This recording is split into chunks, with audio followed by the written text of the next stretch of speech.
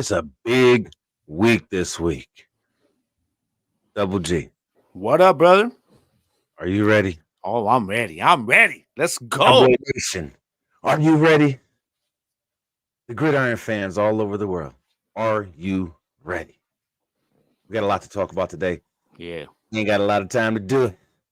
So we gotta let's get get to it. this show on the road. Let's get it on. It's showtime, baby.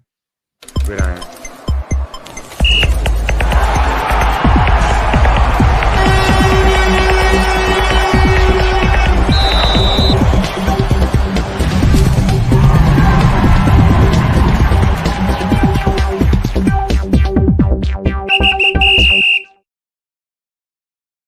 Good morning, everyone. Happy Saturday to you all. Double G, my man, Up, what man? is going on? How you feeling today, bro? I'm good, bro. I'm good. Just tired, man. Tired. This working the retail this time of year, kicking my ass, working a lot of hours overtime. Ain't got time to do nothing, man. Plus, I had some things going on, but I am back, y'all. I am back, but I knew my boy Jersey would be holding it down while I was gone, man. So I am back. I'm Hold back, on. baby. You want me to let y'all know? Double G is back. We gotta give him a solo shot real quick. You know what I'm saying? It's been like two, I 3 am back, baby. weeks. It's been like 3 weeks, man. Damn. I But ain't had time to do nothing, man. But I'm here, please let man. everybody know how the princess is doing. My baby girl is doing good. She had a little surgery needed to get done, and thankfully everything went good. She's back up and being her usual self, giving daddy a hard time, but hey, that's all right, man. I wouldn't have it any other way. So appreciate you though, bro, man. She's doing great though, Most man. definitely, man. Thankfully she's all good. And now I can stress about the holidays and work and stuff. So it's from one Yes, stress sir. onto the other, bro. That's just the way it goes in life when the way we do it. But it's all good, man. But I appreciate you asking, bro. Much Oh, appreciated. no doubt, bro. You already know, man. We got to. You know what I mean? So, Sir. you know, that's just how it is. We familiar around here. So That's right. I told That's you, you right. stuck with me. Damn That's it. it. It's all good, brother. It is But all good, man. like I wanted to tell everybody, man, Cowboy Nation, Eagles Nation, football fans all over the world, are y'all ready for tomorrow night? This is big. Sunday night football. Prime time, What's baby. That's when the prime stars time? come out. That's when the stars Round come two, out. baby. Round Round two. two This one's gonna be of huge, y'all. The implications for this game, though, is so pivotal. Mhm. Y'all, me and Jersey were just talking about this before we came on. Like, it's not just another battle between two hated rivals. Okay, late in Exactly. the season. Like, this is so pivotal because this either means that Dallas is right there with for the Mhm. taking with the division, or they Yep. Philly pretty much runs away with it at this point. So Exactly. that's what this is coming down to, and it's also got implications for the number one seed in the NFC. So which So one of these two teams is going to put themselves right there, in that driver's seat for that? It's big, brother. This is big, man. exactly. A lot We of got things going on college with this football game. awards. College football awards have been announced. We're gonna be talking Yeah. about that. Um, what else? We got the new topic of the week. I put it out there about should the college football playoffs be reformatted? So if you didn't post on the Facebook post or I believe I posted on Twitter as well. When we do get into the topic of the week later on in the show, make sure you well. Yeah. Deuce, big Eagles fan. Fancy meeting you here, sir. Welcome in, brother. Yeah, Ignacio's welcome, here. welcome, The welcome. boy What's Sick up, is brother? here. My brother Ignacio. What's up, man? Yeah. Steven. This is one of my guys from a Discord I'm in. My guy Frank Legend Discord, and we're my gaming community friends and stuff. Steven, man, thank you for being here, brother. I'm so happy you joined. He just subscribed to the channel and definitely told me he was going to check it out. So welcome to the Gridiron, where we talk nothing but football, all the time. And you've come on a great day. He said apology accepted. I love it. I don't even know who they're Oh playing. no, I'm gonna tell you who they're playing. They've got a good one. They got Oregon. Oh Liberty yeah, is Liberty's playing playing Oregon, Oregon. man. So they gave Liberty like some props here because they're saying, all right, we didn't get y'all I'm into good, the brother. playoff, but you're 13-0. We're gonna put you up against Some one of these top competition. teams this year. So And if you beat them, Liberty has an opportunity to do something here, bro. bro, if Liberty wins, man, telling you, it's Yeah, going down. that's gonna Oh, do you're a wonders. Texans fans. You're a Texans fan? Okay. Okay, Steven. Word up. CJ Stroud looking good this year. Yeah. He's looking really good this year. And we got a lot to talk about today. So I'm happy all you guys are here, man. I'm sending out more invites. I was slacking on my shit today, y'all. My bad. But we're gonna get into our first topic of the day, and we might as well just get into it. Deuce is here, big Eagles fan. Just took the same ass whooping that the Cowboys took by the 49ers last week. They put up the same amount of points against y'all. You know what was funny about that is all I heard Niner fans all week before this game were like, even if we lose this game, they ain't gonna put it on us like they did you guys. Whoa, slow down, Deuce. Yeah, settle down. Shots Well, already. that's just hate. That's just hate. The best QB in Texas went for over 300 yards in your house. Just remember that, man. And now you're coming to his house. So, Dak Prescott. Hey, remember that game? You remember how Dak ain't throw no interceptions? Huh. Yeah. There's between Jalen Hurts and you know what's funny though? Like besides that whole thing we talked about tomorrow's game with the the division, this is also a battle of which of these two quarterbacks is going to take the lead in the MVP conversation. So, and we all know who that's going to be because only one of these two quarterbacks is playing like a damn MVP right now. And his name ain't Jalen Hurts. No. He's talking about CJ. Oh, I know he is. But that's why I'm telling you, CJ is not playing. He's trying to get in the playoffs. They wouldn't even be in the playoffs right now. CJ's playing his ass off. He's going to get the offensive rookie of the year. We know this. But he's not the best quarterback in Texas. That's all I'm saying. The broom. You know what? You know who you leave? Leave that punk ass security guard. Mm-hmm. Oh, he's not allowed in the stadium. He's not allowed in the stadium. They already said it. He's been banned from AT&T Stadium. I better leave that nigga because I'm telling you now. You know what's funny is that's all Philly. That was like they tried to leech on that, like tried to say he is our beacon of positivity from this past game. Because when y'all are talking about a security guard all week, you just got your ass reamed by another team. That's the only positivity you got. Big Dom ain't allowed in Arlington. Big Dom ain't allowed in Arlington. They already said he's been banned from AT&T Stadium. Keep your ass away. You can't come to Jerry's World with that bullshit. He gonna try and put his face in Micah's, his hand in Micah's face and get him thrown out. Man, one of their best linebackers, y'all still couldn't do shit against that defense. Hey, Sandy, welcome in. I didn't miss you. Don't worry. I did not miss you. Bring in the broom. Let me tell you something, bro. Safety first. Hey, I'm going to tell y'all like this. Football talk, bullshit walk. When it comes down to getting on that field, we can sit here as much as we want as fans and talk all this shit. That's what we do. That's all we can do. We better hope our teams come to play, which we know they will.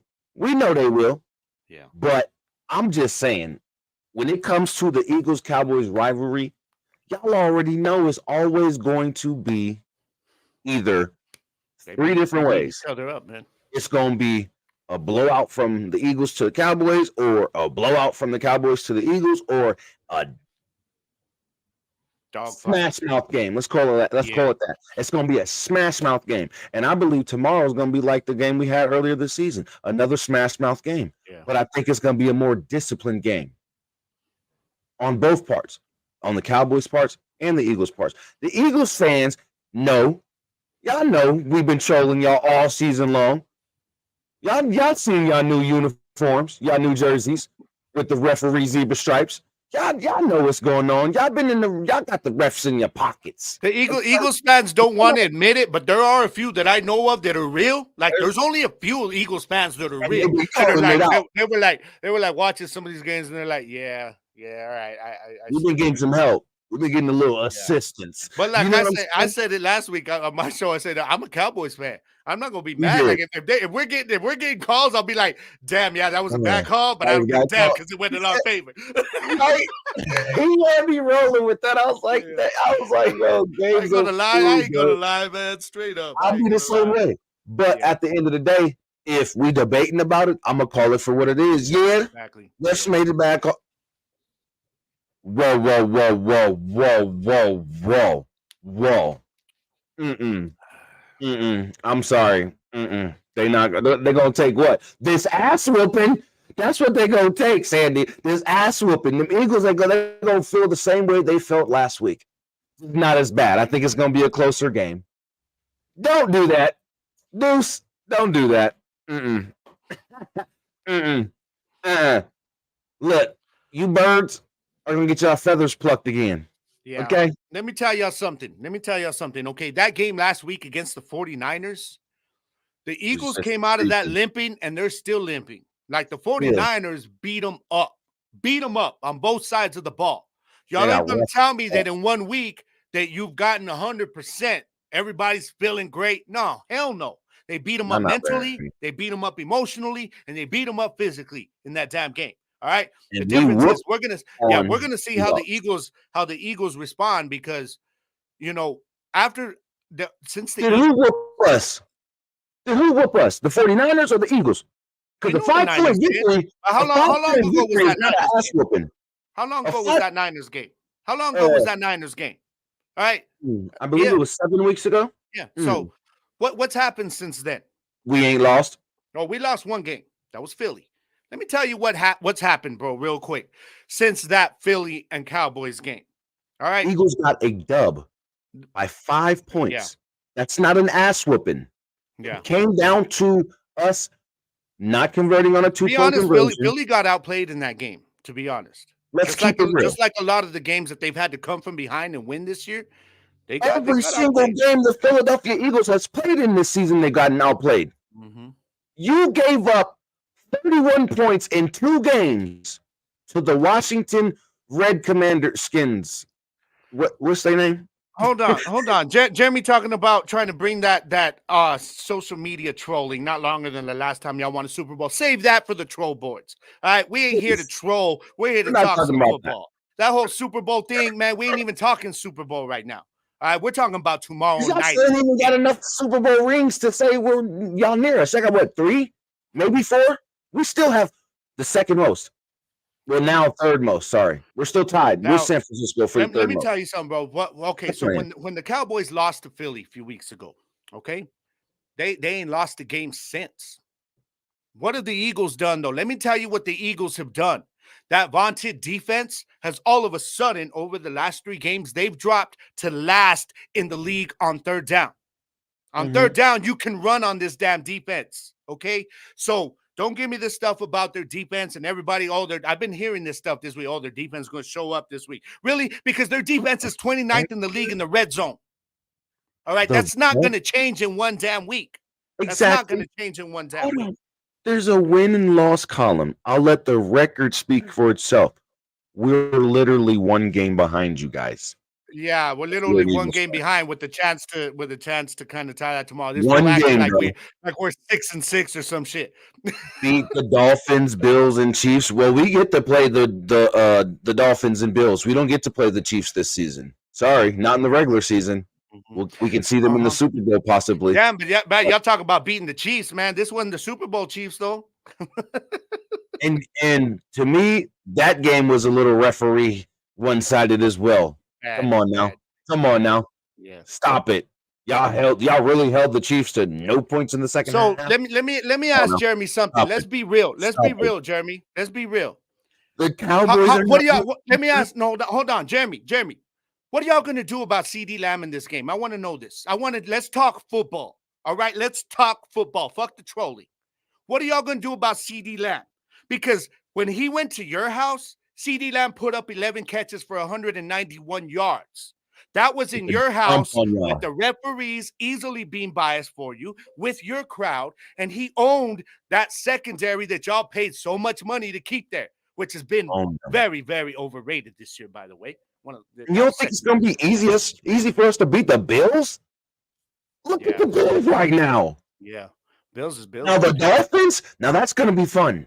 You know, the thing is, the Bills wouldn't even be in the playoffs right now if they started this week, so don't be bragging like y'all just beat a playoff team. You can double cover him. Go ahead. Brandon Cook's going to cook that ass if you do that. You got to cover him and watch he beat that double team. They got to pick or Brandon Cooks eats, or Michael Gallup eats, or Fergie eats, or Peter Shaw, who's coming back this week, eats, or the young schooner maker. Oh, and let's not forget about Ferguson. Let's not forget about Ferguson, too. Ferguson's gonna kill him this week, man. Those linebackers, y'all had a panic mood. They went into panic mode and paid Shaq Leonard, bro. I'm like, Shaq Leonard ain't rookie Shaq Leonard no more. Y'all can roll him out there. Shaq Leonard got a broke back. Yeah. Stop it.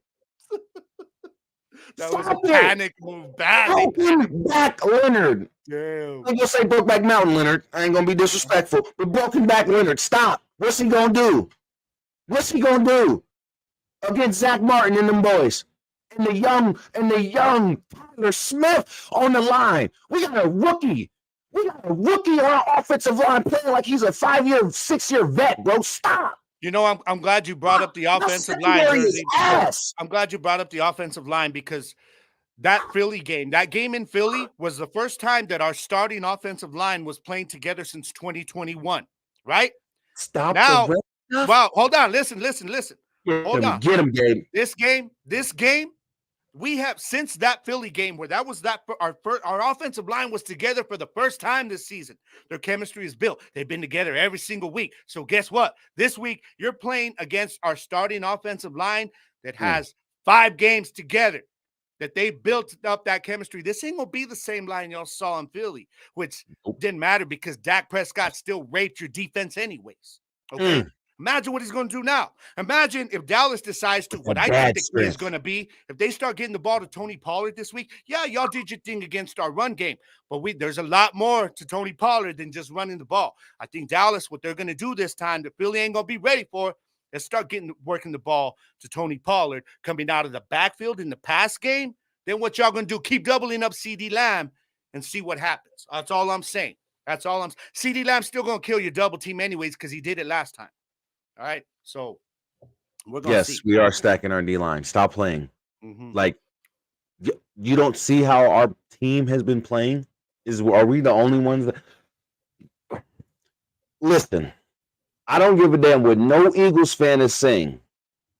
Y'all lost to the Jets with Zach Wilson as the starting quarterback. We blew them out 40-10. Stop.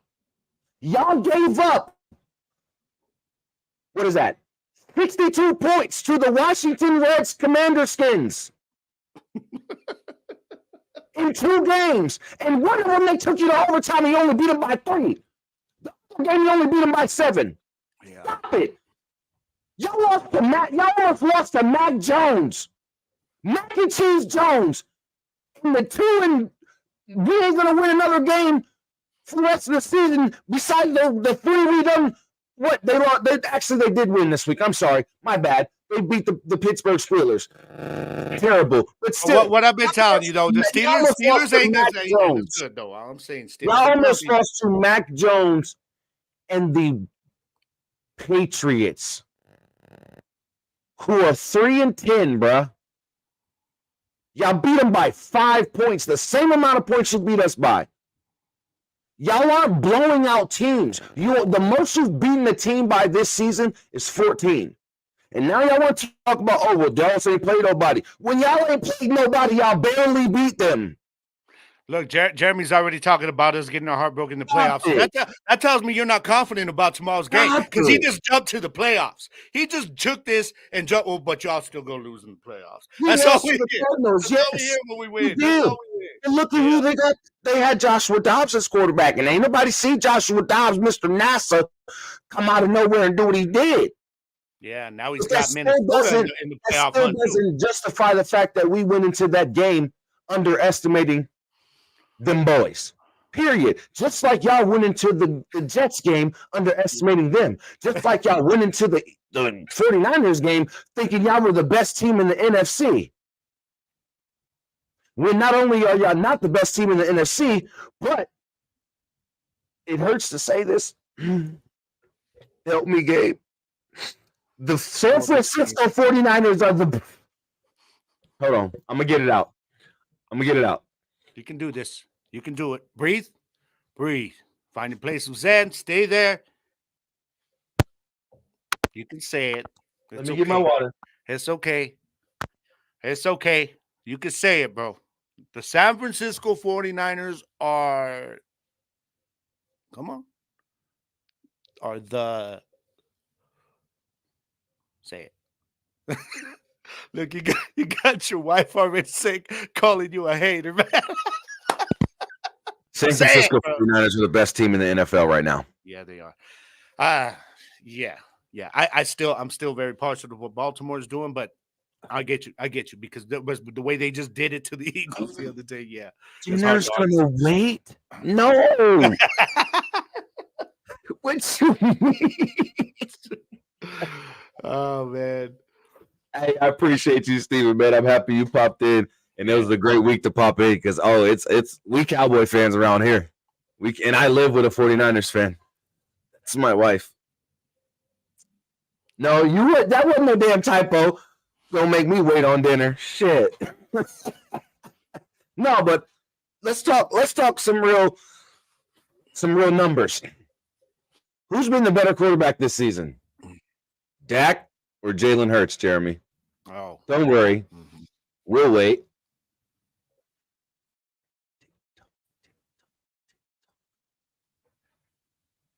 I don't care what you're saying. Dak Prescott has been playing way better than Jalen Hurts this season.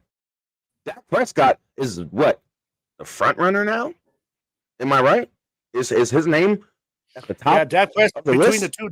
Dak has over 3,000. Yeah, him and Brock Purdy are at the top of the list right now. But we all know, as much as I give Brock Purdy's been playing well. If you watch that game, it was really the yards after the catch that Tebow did that kind of freaking killed him. But yeah, Dak Prescott 70% completion percentage to Jalen Hurts 66%.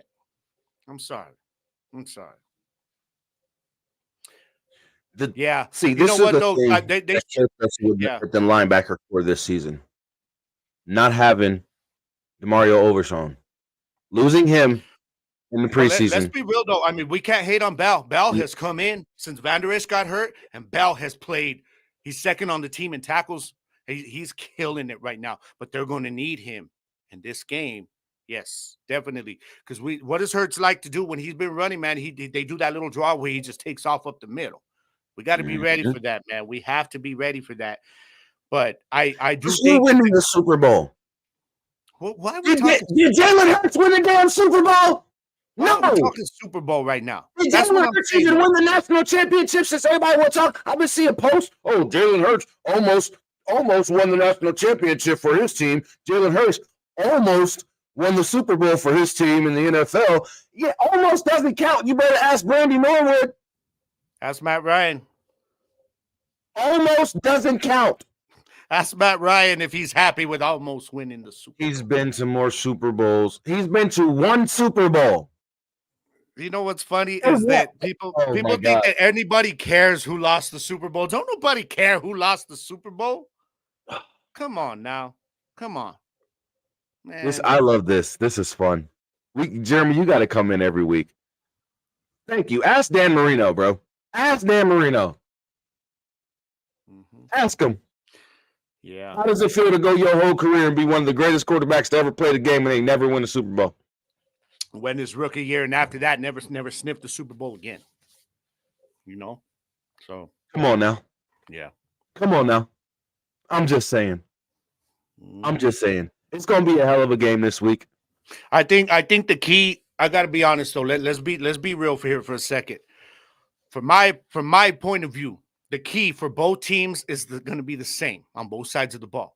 Both teams are going to need their linebackers to play very Yep. well, very well. I think Dallas's linebackers have been playing really good, especially as compared to Philly's linebacking core, which is why they panicked and brought in Shaq Leonard. It'll help, but I don't think that's going to be enough to make a difference here. And I think the running backs, we've seen what Philly's been doing in the running game. They ain't been doing shit over the last few games in the running game. All right. And defensively, now they're averaging 162 yards that they're allowing over the last 3 games. So it is primed. And we're seeing the way Pollard is playing now. He's primed to have a big game. But like I said, just the running backs. Dallas, if y'all can't get him going between the tackles, use Tony Pollard in that pass game.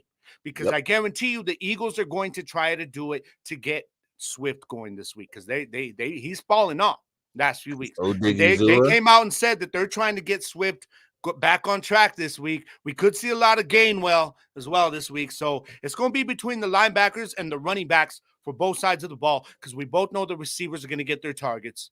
You know what I'm saying? We both know the quarterbacks are going to make plays. It's going to come down to what happens. But there's tape in the middle of those on how to stop A.J. Brown. There is tape on how to stop A.J. Brown, and there is tape on how to stop what's his boy name? Devontae Smith. Well, Dallas's secondary did a great job on them last time. It's just what they did was they gave up a touchdown to each one. That's what it kind of looks kind of like. It skews the numbers a little bit, but they held them both to under 100 yards. And AJ Brown has fallen off a little bit. We're talking about him being an MVP guy. Now no more. Hell, CD Lamb is number 2 in the league in receiving yards right now. Right. He's overtaking AJ Brown. Games, right? If I'm not mistaken, AJ Brown went 6 straight games. Yeah. With over 100 yards receiving. And he wasn't even getting 10 and 12, 13, 14 grabs. He was just getting mad yards on his catches. It was those deep balls and yards after the catch, yeah. He's fell off. Well, look at that. You know what I think they're going to try to do this game? L'Jarius Sneed shut him down. Well, I can guarantee you one thing Philly's going to try to do this week, because they saw it last week with DK Metcalf on the film. They're going to try to get A.J. Brown on some of those slant plays up the middle to see if he can replicate against Bland what Metcalf did. Metcalf, let's be honest, y'all. We've been yelling it all year that this man is underplaying his ability. We saw it last week. Metcalf should be dominating any cornerback he plays like he did last week. And I ain't even going to hate on Bland for that because we've seen what Bland's done consistently all season. That was just a one. All he got to do is go back and watch what he did wrong. Yeah.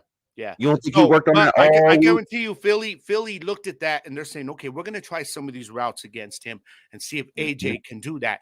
And, Bland will be ready. I expect that, but I do expect Philly to try I do expect Philly to try to use AJ Brown the same way that DK Metcalf was used last. They're going to double him a lot with Jordan Lewis and Bland. Watch what I tell you. They're going to double him a lot with Jordan Lewis and Bland. Yeah, and I think that's going to help. We're going to have Malik Hooker out there shading. You know what I mean? Being that over the top help. So yeah, because they're going to need. They still got guys like Quez Watkins you will not hear from the whole game. But on a big third down and long, man, he'll just come out of nowhere and get open and make a catch. So they cannot slip. Dallas defense cannot slip in this game. They don't have no third down threat anymore like that. Well, Goddard is coming back, though. He's coming back for this game. He has been cleared. He will play. You broke your forearm. How do you break your forearm in 3 weeks? Damn, Brad. Boy. Now with that said, him coming back, I don't know what his snap share is going to be like. We don't know, but I did see that. Yeah, as of last night, he's cleared. He's playing. Okay. He's expected to play. So that's a big boost. That's a big boost right there for them. But he played the first game too. So it is what it is, man. But that's okay. That's okay. We don't want no excuses. We don't want excuses, anyways. Yeah. And like Ignacio said, whoever wins the penalty game, it's gonna help. And clock management is gonna be. But what I've been telling y'all though, I said it last week, okay, that because we all know about the whole thing with the zebras and the refs. When you're playing, I mean, the Eagles, you gotta worry about the refs too. We all know this year. The thing is, I said it last week. The Niners, in order to avoid that, they got to go up big. Don't let the refs decide this shit. It's going to come down to that with Dallas in that fourth quarter this week, man. That they are going to have to make it to where the refs do not decide it in the fourth quarter. It's like we watch MMA, bro. What do we always say? Don't let the judges decide this shit. Exactly. Did you notice last week, though, in that game, how many penalties were called? If you're going to ask me, I think what did Philly have? Like 2 damn penalties last week? That's like their average per game? No. They had 1 false start. 49ers had 1 offsides. That was it. Have you seen how many times though? How many times can you call Lane Johnson though? How many calls are being missed though? How many calls are being ignored on Lane Johnson every damn play when he jumps? Why are we getting false starts on centers now? Yeah. Every single center moves their damn head before they snap the ball. Did you see they had a bad one on Thursday Night Football? Yes, that's why I'm calling it. Yeah, that's why I'm bringing it up, because it's that game just proved that was one of the that call in that game just proves that it's like exactly, Jesse. Every single call now, every single time, it's like the center can't communicate with his quarterback like they normally do. You see every single center have that ball down, and they'll hear the quarterback say something, and they'll move their head back, and they'll hear it, and then they'll move their head, and then when they go to snap the ball, you'll see the guard. I think that's the guard or the tackle, whatever, on the right side. Point it up, and then you'll see the center lift his head and snap the ball. Yeah. They've done this for the beginning of time. Since this sport was invented, and like we're calling false starts on centers now. Yeah. This is why we're talking about the refs, and we're really speaking on how the refs are really. All I ask tomorrow, bro, is if they're going to be laundry heavy again, make it consistent.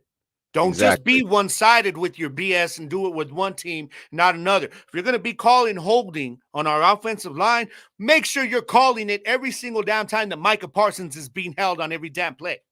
You know what I'm saying? He's right. This is the stupidest crap. How in the world is the center not able? Like, if you're only long snappers can look between their legs now, centers can't. Yeah. So how else are they supposed to communicate with their quarterback?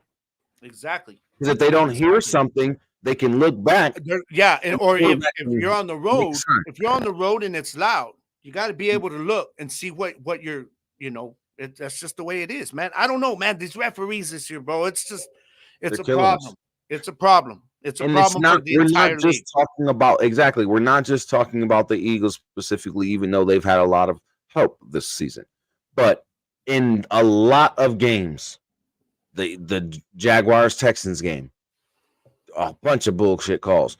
The Buffalo Bills and Eagles game. Sorry, but how you going to call intentional grounding on Josh Allen after he gets horse-collared, but Gabe Davis is right there near the ball when he throws the ball? How is that intentional grounding when there's a receiver right there? What's going on, Denzel? Welcome in. Yeah. Welcome in. You hell, this past Thursday, last Thursday, the KC Green Bay game. Damn near every game this season, they're missing. You got guys running into the returner on a fair catch, on a punt, and that you blatantly see it and you don't call catch interference. What was the rule invented for? What was the penalty made for? Why is it in the rule book if you ain't gonna call it? Yeah. So we're not just talking specifically about the Eagles, even though, like I said, they've well, it's like my brother said, that game against Kansas City this year showed. My brother Bobo told me this after that. He said that game showed that the Eagles now, like that torch of the who the referees are going to support more, was passed from Kansas City to Philly. in that game. Yep. Because before then, it's been Kansas City the last few years. Yep. But then this year, it's been all Philly. And now they are the new Chiefs when it comes to the officiating. But you know when the officiating got really bad, bro? Let's think about this. Was when the NFL got involved with betting, with gambling lines. All of a sudden now, we got it. We got to keep the scores at a certain point here. I keep telling everybody, pay attention. The NFL is classified as a sports entertainment company. Mm-hmm. Yeah, look what Hit just said. Look what Hit just said. You know, getting paid by big heads to make it more entertaining in a bad way by riling up the fans. That's right. Yeah. Because we're talking about it. The NFL is acting like we're not complaining about this, but they're hearing it. But you know what? They don't have a problem with it because it's under their instruction. Yep. It is. It is. And it's that's what makes it worse. Yeah. Yeah. That's what makes it so damn bad, man. Because at the end of the day, it's like people are spending their money expecting to get a real game out of this. Yeah. Not something that's set up to end a certain way. And that's when everybody that comes in with their conspiracies that the NFL is rigged, which I'm one. I believe it. Yeah, exactly. Because I see I've played football all my life until high school. You ain't gonna tell me that I know I'm fast enough to catch this dude.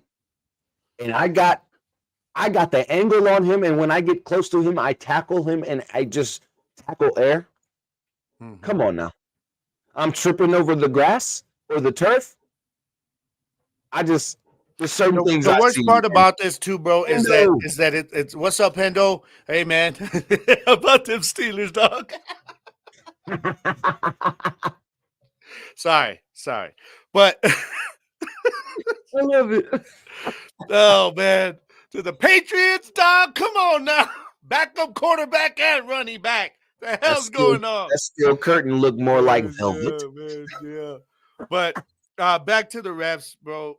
Before we jump to something else, the worst part about this, Jersey, I think we can all agree, is that the bad officiating, while it's going on for like a whole game, it's costing teams games. And I keep thinking about that Buffalo and Giants game as one of the prime examples. The bad officiating is deciding football games. And what's going to happen if that happens in the Super Bowl when the world is watching? You know what I mean? Yeah. The NFL is allowing this to happen, and it's going to come. I don't know if it'll be this year, but it's going to come where the Super Bowl gets decided by a bad no call or a bad call. And then that's when the world is going to be watching, not just the nation, but the world. And that's when the NFL is going to be under pressure to do something about it. Because right now, they ain't doing nothing about it, man. Right now, they're like, no, what bad call? I don't see that. He said Roger Goodell over there, like, yeah. Roger Goodell's like, great call. My boys are doing their job. That's what it is, man. They're just doing what they're paid to do. You know what I mean? The NFL's a sports entertainment company, so it's a entertainment. And Denzel, you're right. That with that KC Detroit game, Hutchinson was being held a lot that first game. Yeah, he was being held all game long, and that was the first game of the season for the NFL, so that kind of set the precedent for the officiating, to be honest. Mm-hmm. And I'm just saying, like, blatant calls that you're missing, blatant calls that you're getting wrong, like the Chiefs-Jets game where they called pass interference on a clear interception. Yeah. Like, no, the receiver fell. How you gonna call pass interference because this dude fell? Get your footing right, bro. Yeah. Make your cuts right. Well, we saw, what was it? Was it that Philly game with Stephon Gilmore where the dude just pushes off and runs the route? And Stephon Gilmore didn't even do anything. And then he's even looking around like, what the hell you mean that was pass interference? I didn't touch the dude. He initiated contact on his push-off. Even the Buffalo and Eagles game. Oh, and by the way, that was also on a play that the ball was uncatchable. So I don't know how the hell that passed for pass interference. Right. That's how's that pass interference. Yeah. That was another call in another game this season. Mm-hmm. I think it was a Texans game. There's been bad call there. I seen in a Raiders game. How are you making bad calls in a Raiders game? Yeah. Like, come on now. It's been so bad this season And when it that's comes why the to only reason that they would be doing that in games that don't matter, like against teams that are bad, is because there's betting lines on these damn Mhm. spreads, man. And Yep. it's killing it. It's killing it because we love football so much, bro. But the integrity of the game is now it's now being thrown out the window. Once gambling came into this thing, it's like okay, now For it's about entertainment. money. You know what It's I about mean? So making entertainment and money. Making yeah, money and yeah. making entertainment. That's what it's all about now. Mhm. So, That's why I'm saying tomorrow, Dallas, y'all just got to make sure you don't let the referees don't just like we say in MMA, do not let it go to the judges. All right, you and just the give them a referee are the knockout judge. blow early, man. Yeah, exactly. What do you think? They're called referees, but they're called the sideline judge, the Yeah, back judge. Just saying. Just saying. Pay attention to the wording. yeah. But Let's roll on. college football time. Now, Damn, we man, that all know, Eagles fans come in here and got us riled up, bro. And now I'm like yeah, trying to. there are some good games this week in the NFL, so make sure you get prepared for week Yeah. 14. Week 14 is going to be really good this week. It's just capped off, with I mean, even the Monday night game ain't Hell, as dude. big Hell, as the afternoon game, you got Kansas City hosting Buffalo. That's gonna be a yeah, big one right there. that's So going to be a big game. good You one. know what I mean? You got Jake Browning coming off an amazing game last week. Mm-hmm. You know what I mean? Can Jacksonville bounce back? We'll see. Yeah, we Right. got some big ones, man. Texans got a big game coming up. Like it's a big week in the NFL. The playoff Because push the is payoff push, that's right, man. Everybody's it's in full effect. trying to do their thing, man. So, but now we switch Yeah, to the Lions college got to take care football. of business because if they don't, it's gonna be bad. Jesse says as long as people are doing their parlays and putting down big money, these calls will continue to get more and more Yeah, sad to say that's egregious. true. Egregious. I love that word. But yes, we've got the college football playoff award, or excuse me, I keep saying the college football playoff awards. We got the college football player awards, and we're gonna go over the winners because I think that this season was pretty entertaining when it came to college football season. I ain't even gonna lie, and I do like how they got these award winners. I think a lot of these guys deserved it. Now, starting off with the player of the year, the Maxwell Award. It's going to Not to be now player of the year, y'all. Just so those that aren't too familiar, that's not to be mistaken for the Heisman Award. Okay, let's just clear that up. But this is still a very very prestigious award, definitely. yes, sir. The Maxwell Award, and it went to Michael Penix Jr. And if you guys don't know, he's the quarterback for the Washington Huskies. They are in the college football playoff. They went undefeated this season. They won the Pac-12 Pac-12. champions. Yeah, They beat Oregon twice. So, they had a really good season, and he's just been a good player over these last few years for Washington. yeah. And And this season, man, 4,218 yards leads the nation in passing. What he did though, that second he came on even stronger as the season Mhm. went on. Man, it him and got Roma crazy, Dunze, man. him Yeah, and Roma Dunze just had a field day for the rest of the season. 33 touchdowns, 9 interceptions. Man, I mean, Yeah, you could see he's why played he it. won He's this played a hell award. of a game, Yeah, or he's played hell of a games, hell yeah, of games. Like when I say he's played hell of games, like the games that he's been in over these last 2-3 years, he's been the difference maker. yeah, He's made plays happen with his feet, extending plays and letting his receivers get open when they weren't open and things like that. So like he's been a big part of Washington's success and their turnaround and being back into the winning ways that they have in the past and back in the 90s. So Michael Penix Jr. deserves that Maxwell Award. Now the Walter Camp Award, Jaden Daniels did this thing. yeah. Jaden Daniels been balling out, man. Straight up, tied with I believe he's tied with Bo Nix right now. 40 touchdowns to lead the Hmm. nation, man. It's crazy. Hey B, welcome in. Hey B, how you doing, girl? Hope you're Good to having a see great you. Saturday. Yeah. Yeah, Jaden Daniels, also Michael Penix Jr. and Jaden Daniels are in the Heisman race. They are two of the four finalists. So that you could tell by them winning these awards, that's why.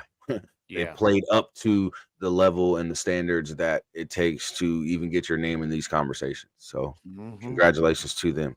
Now, the Home Depot Award is for the Coach of the Year, and that went to Washington's Kalen DeBoer. I think that's how you say his name. But he's also been a huge success, or excuse me, a huge part of Washington's success and Washington's turnaround. Yeah. How do you feel about that guy? I think, yeah, I mean, I agree with you. I think this was kind of a no-brainer. You see a lot of great coaches in college football this year, but what he did with Washington, man, I mean, what can you say? It's just been, I mean, honestly, Michael Penix Jr., like a lot of his development and the way he got better during the year is due to coaching. They were putting him in good positions, man, putting the offensive game plans together for him to succeed. So I mean, I think they got this one right. I do. I do agree with this as well. I think he definitely deserves it. And, at the end of the day, what can we say? Yeah. He's probably the best coach this season. Let's be honest, one of them. You know what I mean? To lead them to the Pac-12 championship in the last, I guess you can say, season of the Pac-12 conference, because we don't know what they're doing with it next year. So, Yeah. he definitely deserves that award. Now, the Frank Boyles Assistant Coach of the Year award went to Phil Parker from Iowa. And I do like this. I do like this. Iowa's defense was stellar this season Hmm. until they played Michigan. So they got shut out by Michigan, but Iowa's defense was stellar, and he was a huge part of that. He was a huge part of that. How how do you feel about Phil I Parker? Do you know I much agree about? about Iowa's defense. They're one of the more stout defenses in the nation this year. I'm not too familiar with how they did overall of the season, but I do know, as a guy who loves defense, loves running games, I am familiar with what Iowa did. So I ain't got a problem with this one either. Yeah, they actually won the Big Ten West Hmm. and played in the Big Ten championship and got smoked. Now, the nation's top player award, which is the Lombardi Award, went to Leatu Latu, Atu Atu. and I believe he is a linebacker from UCLA. I watched a few UCLA games this season, and his name got called a lot in these games. I can say that. So he's definitely deserving of this award, in my opinion. And Leatu Latu. Now, well, he led the nation in tackles, so that's a big reason that he got this Mhm. award. 21 and a half tackles, man. And he's a big reason that they led the nation in defensive rushing. Like they allowed the fewest yards rushing per game, and he was the heart of that, man. So Mhm. another reason. This guy's actually, if you've watched him, y'all, he's gonna be a good NFL player. He's gonna Yeah, be a very, very good he NFL can move player. sideline to Yeah, sideline, yeah, and he can stuff the run north and south. Like, yeah, this kid's fast and powerful. So yeah. just pay attention to his name. Mhm. If you see him in the NFL draft, pay attention to where he goes, because he's going to be a factor for that team in the future. Trust me. Now we got the Davy O'Brien Award, and everybody knows about the Davy O'Brien Award. It's a big award. It's the best QB award. You know what I Mhm. mean? And Jaden Daniels takes home that award too. So that's two. That's two awards that he got this season. Yeah. Plus, he's a Heisman Trophy candidate, That's the big one. finalist. That's the one he wants right there, man. That's the big So one. Yeah. we'll see. You know, him, Marvin Harrison Jr., I believe Bo Nix, and Michael Penix Jr. are the four finalists for the Heisman. So you got one wide receiver and three quarterbacks, and it's looking Mhm. like a quarterback's going to take it, which sucks because Marvin Harrison Jr. deserves it. He Yeah. really deserves it. But as you can see, his name's on this list. We'll be there in a second. Now, the Remington Award for the best center went to the best center. Yes. Second Love this. Johnson. I love this one, man. I This love this kid, one. when it Hell comes of to a center. protection, we can both agree Mhm. that Bo Nix got a lot of his protection from this guy right here. Yeah, the Jackson Powers. number two offense in the nation was a big part of this offensive line was Yeah, rated. They've been rated the number one offensive line in college football this year. And yeah. this man is kind of the core of all of that. He's the All of center. that. Yeah. He's the centerpiece of it. And that's why he plays that center position, because he's the best in the game right now. He's definitely NFL ready, and he's definitely gonna be successful in the NFL, I think. So great pick. If I'm correct, the best place kicker is from the University of Miami, Ohio, if I'm correct. Yeah. Doesn't he have that logo? Yeah. Yeah. That's the Lou Groza Award. Some people call it Lou Groza. Lou Groza. Man. Dude went 26 to 27 on his kicks this year. 35 of 36 extra points. So he was money. This dude was money this year. So he's literally missed only 2 kicks. So you got to give Graham Nicholson that award. I can't deny it. Now, best linebacker, I kind of am on the fence with this. I believe Latu should have got this, but they gave it to Peyton Wilson. Gave him the Dick Butkus Award for best linebacker. Like I said, in my opinion, I believe Latu should have won this award. Yeah, because I believe he was the best linebacker. Well, and see, what I wonder though is because of the way that Latu is used. I mean, there were times that I've been seeing some things where he's been kind of put on as a defensive lineman because they use him in a lot of the way that Dallas uses Michael Parsons, where Michael Parsons is listed as a linebacker, but it's not where he really plays. And it's kind of like that with Latu. So I guess I kind of get this. I get it, but I don't agree. But if you're gonna go based on listing, yeah, I'm with you. I'm with you on that. Now, best running back. Now, this was interesting to me. The Doak Walker Award went to Ollie Gordon II from Oklahoma State. I didn't think he was going to actually get it. Well, I was hoping that he got it. He led the nation in rushing this year. Yeah, over 1,600. He was a monster this season. Yeah, over 1,600 yards, 20 touchdowns. I think he's going to be one of the first running backs taken in this upcoming draft if he declares for the draft. You know, one thing that people are seeing this year in the NFL is that the value for a running back is coming back little by little. So I think you're right. This guy's going to be first one of the right. He's going to be one of the first running backs taken. Definitely, man. Yeah, for sure.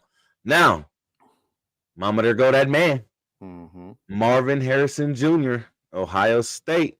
Go Buckeyes, I guess. Yes, and if you're not familiar, y'all, the name, you're like, if you don't watch college football, but you know the name, where have I heard that name? Yes, Hall of Famer Marvin Harrison Sr. is his father. And this dude, you talk about having like the bloodline in you, damn. He's not only got it, he has the opportunity to be better than his dad in the NFL. Yeah. You see what this boy did in college? He's considered a generational talent, man, coming out of college. Yeah. He deserves this award above any other college football wide receiver. I don't care. Rome Odunze did very well this year with Washington, but Marvin Harrison Jr., these last couple seasons for him. Hell, Harrison Jr. would have gone top 10 had he decided to go in the draft last year. But I mean, we're talking over 1,200 yards this year, 67 catches, 14 touchdowns. The dude was a monster this year, bro. Once again, he put his name possibly in the top 5. I'm telling y'all, this guy is going to be. I could see him, depending on the way the draft order goes. He's going to be a top 2 pick. Let's just put it that way. Somebody's going to pick this dude in the top 2, and you could be seeing teams like maybe the Giants or somebody who needs a wide receiver 1, trying to give up the farm to trade up for this dude. That's how good this guy is, y'all. That's how much of an impact wide receiver he is. And the potential for this dude. You may see him team up with Bryce Young next season. That could happen. Well, no. Carolina ain't going to have a first-round pick because they gave that to Chicago. Oh, yeah. I'm sorry. No, I didn't mean Bryce Young. Justin Fields. I'm sorry. Oh, yeah. You may see him with Justin Fields next season. Him and DJ Moore together. Exactly. What? But Why that's do also you going to move DJ depend on Moore around a lot? Chicago if they believe in Justin Fields or not, because they've been They talking should about. they should believe in Justin Fields and not that damn dumbass coach they have. Yeah, yeah. Because when you sit here, or that ownership group, or GM, or whoever's making these draft picks, because when you sit here and you draft a talent like Justin Fields, but you don't put no offensive line in front of him, how do you expect him to succeed? Yeah. Then you want to give up on him. Stop it. Stop it. But no, this is my I favorite. probably would, but This is my favorite. This by far, I think, is my favorite award winner. yeah, The Jim Thorpe Award winner, Trey Taylor from Air Force. that's crazy. Like you see From somebody. Air Force. I love this pick because I've watched some Air Force games, and man, that dude is not only a ball hawk, but he's good in man-to-man coverage. He can lock up a defender and strap him down. Like he's ready for the NFL, bro. And you know one thing he can do that a lot of covered DBs cannot do is tackle. Yes, and This he man can tackles tackle. like a That linebacker. DBs this year in college was 71 tackles, man. Yeah, 3 Mhm. interceptions, took one to the house. And I like this he's one. been And then, he's been when playing you like play DB, when you've played DB before, man, you just kind of love it when you see guys like this. You're yeah, like, and that's why I love it, because it's like not only are you putting Air Force on the map by winning this award, but just by the way you played, you deserved it altogether. Like this dude this season, he played his heart out. You could tell. And if he doesn't go to the draft and he stays another year, ain't no telling what he's gonna do next season. Yeah. If he He's does, just though, I guarantee you this dude's a first-round pick. yeah, He'll be a first-round pick. or a high second. You know what I mean? If he's not a early first, mid first, late first, he's definitely gonna be a high second. He's gonna be early second round for sure at the latest. And if somebody lets him fall, and then a team like a Kansas City or an Eagles team, or hell Dallas, or even the Dolphins or somebody like that we need extra defensive backs, put him on a team like that. Let him slip in the draft. In a contending team gets a hold of him. He's gonna be a bad man. I think a lot of teams though may have learned from the teams that like took cornerbacks over Gonzalez last year, and they saw what he was doing this year. He slipped, and then Bill Belichick was like, "Oh, so y'all just gonna let this man fall on my lap?" And before his injury, he was one of the top cornerbacks this year. I think teams are going to learn from that, and I just don't know if I see Trey dropping. But you're right, it happens because especially when that top part of the draft is teams going after like a very severe need or a high need, and if a cornerback isn't one of their main needs, they ain't gonna look at it. Yeah, exactly. But here you guys go one more time. Those are your award winners for this year's 2023 College Football Awards for all players and coaches. Good stuff, So man. there you go. Well, now we just await to see who wins that Heisman Award this year. And we will definitely be talking about that for sure. Now, one of my favorite parts of the show. It's not going to be I told you we ain't got a super long show today, guys. But it is about that time for some fan mail. Like I said, it's one of my favorite parts of the show. Always. Mail I get to play this song. You guys know I love it. Yes, sir. Fan mail hype. Yes, sir. All right. So we got 4 questions from Hit today. Now, this first question, we were talking about this before the show. You're gonna do this to me, Hit. You're gonna do this to me, Hit. I hate doing Super Bowl predictions, man. I hate it. Because there's just so much stuff that like we talked about, that when you get into the playoffs, like it's easy to pick 1 or 2 teams right now, right? But when you get into the playoffs, it's a whole new season. It's an any given Sunday type of deal. Last year, though, we talked about it, Jersey, how, when you talked about it off the air about how last year, before the season even started, everybody was like, "Oh, Chiefs and Eagles are the same."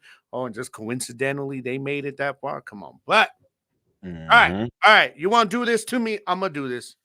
I hate this. I hate this. I don't like Super Bowl predictions, but believe it or not, guys, if you see on the internet all the time about how they tell you, the Cowboys haters will tell you that Cowboys fans are always saying, "Oh, this is our year. This is our year. We're going to the Super Bowl." It's a bunch of BS. The only ones that do that are the ones that troll you guys by saying that to get a reaction out of you. Because any legit Cowboys fan is not going to sit here and tell you we're going to the Super Bowl. And I'm going to tell you right now, you guys know I'm a Cowboys fan, and I'm not ready to put my team in the Super Bowl this year. Okay, so let's just get that out the way for my part. Now, I'm going to look at the two teams. I'm not going to give you guys who I think is going to win, but I'll give you guys fine, just for the sake of, the fan interaction here, Hit, because the show you love, Hit, because you always come with it with these good questions. I will break what I normally do, and I will pick two teams for the Super Bowl this year, as of right now.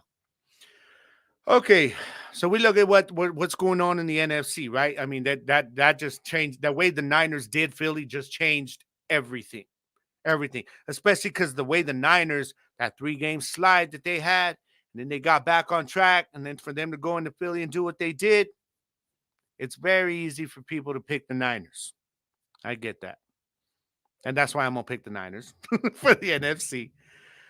Now, let's go to the AFC. And I've been telling you guys, if you listen to my show or not, but I've said it on here too, that right now I think Baltimore is the best team in the AFC. However, the parity in the AFC is just crazy because it is so damn competitive. Okay. A lot of people are looking at Kansas City. Can they right the ship? Can they get back on track? I don't know as of right now, but once we get into the playoffs, Kansas City is a whole other beast, but I'm not ready to put them there. And I know I've said Baltimore is also the best team in the AFC, but I got to look at what Baltimore's done in the playoffs. And it's almost like, Jersey, what you talk about with Dak, how he's got to prove it to you. You know what I mean? I'm kind of the same with Lamar. Like, I got to see it.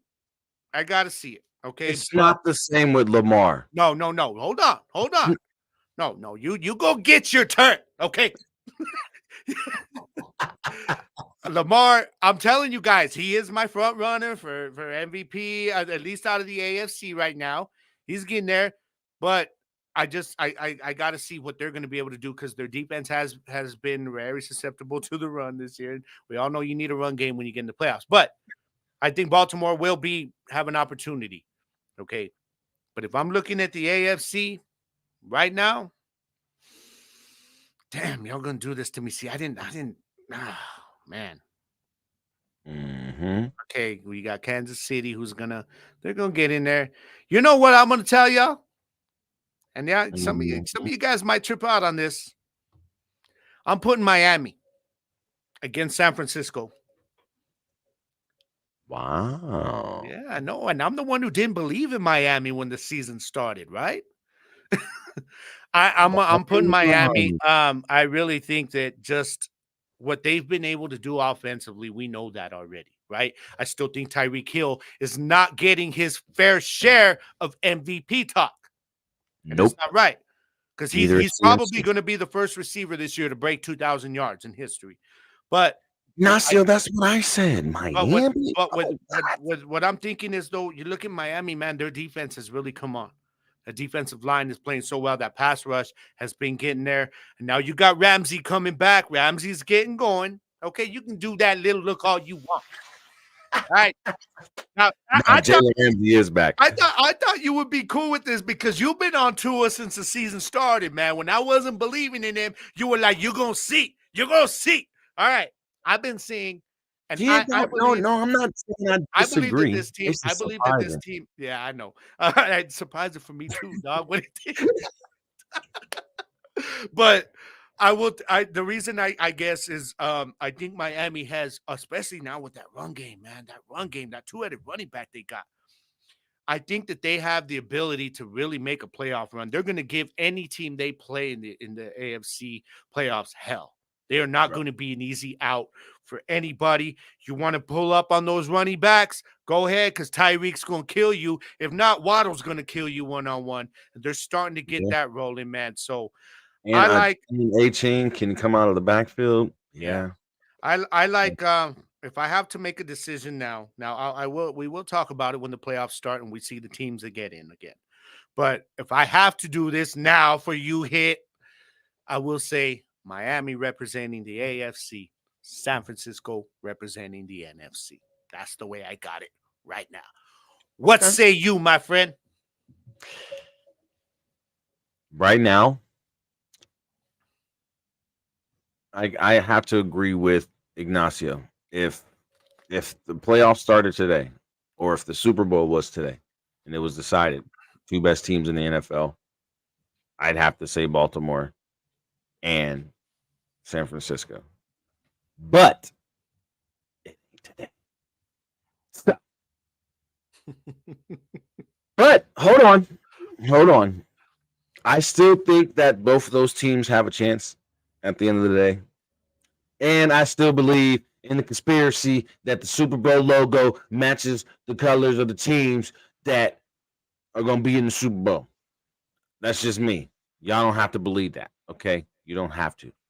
But I think that if the Dallas Cowboys can win against the Eagles tomorrow, and depending on how much they win by, Phil or San Francisco is going to have a tough challenge the next time we play them in the playoffs. That's all I'm going to say. And I believe that Dallas could make it to the NFC Championship. I think we can make it to the NFC Championship and play San Francisco and possibly lose to San Francisco in the NFC Championship. I think that's what's going to happen in the playoffs this year. I think Dallas makes it back to the NFC Championship, but we don't make it to the Super Bowl. That's next year. It's fair but San Francisco is going to be in the Super Bowl when it comes to representing the NFC. Sorry, Eagles fans. Sorry, Cowboys fans. Sorry, Detroit fans. Sorry, any other NFC team fans. San Francisco is the best team in the NFL. Best team in the NFC. And I'm glad you brought up Detroit fans, because Detroit fans, don't fret. Your team is building something special there. All right, so y'all gonna get your shine, and next year you will be a legit contender. But yes, y'all gonna be contenders within the next couple years. Stop it, A-Train. It hurts to even say that out of my mouth. But welcome in. Thank you for being here, brother. It hurts that to even say that out of my mouth. I had to take another drink. What's up, A? I don't want to keep saying it because it's gonna give me dry throat. Yeah, but it is. They are, man. They are right now. It's gonna jam my throat out having to keep saying San Francisco is the best team. You know what's crazy though, man, is this can change. This can change by week 17. I don't think it will, but we could see the Niners maybe drop a game they're not supposed to.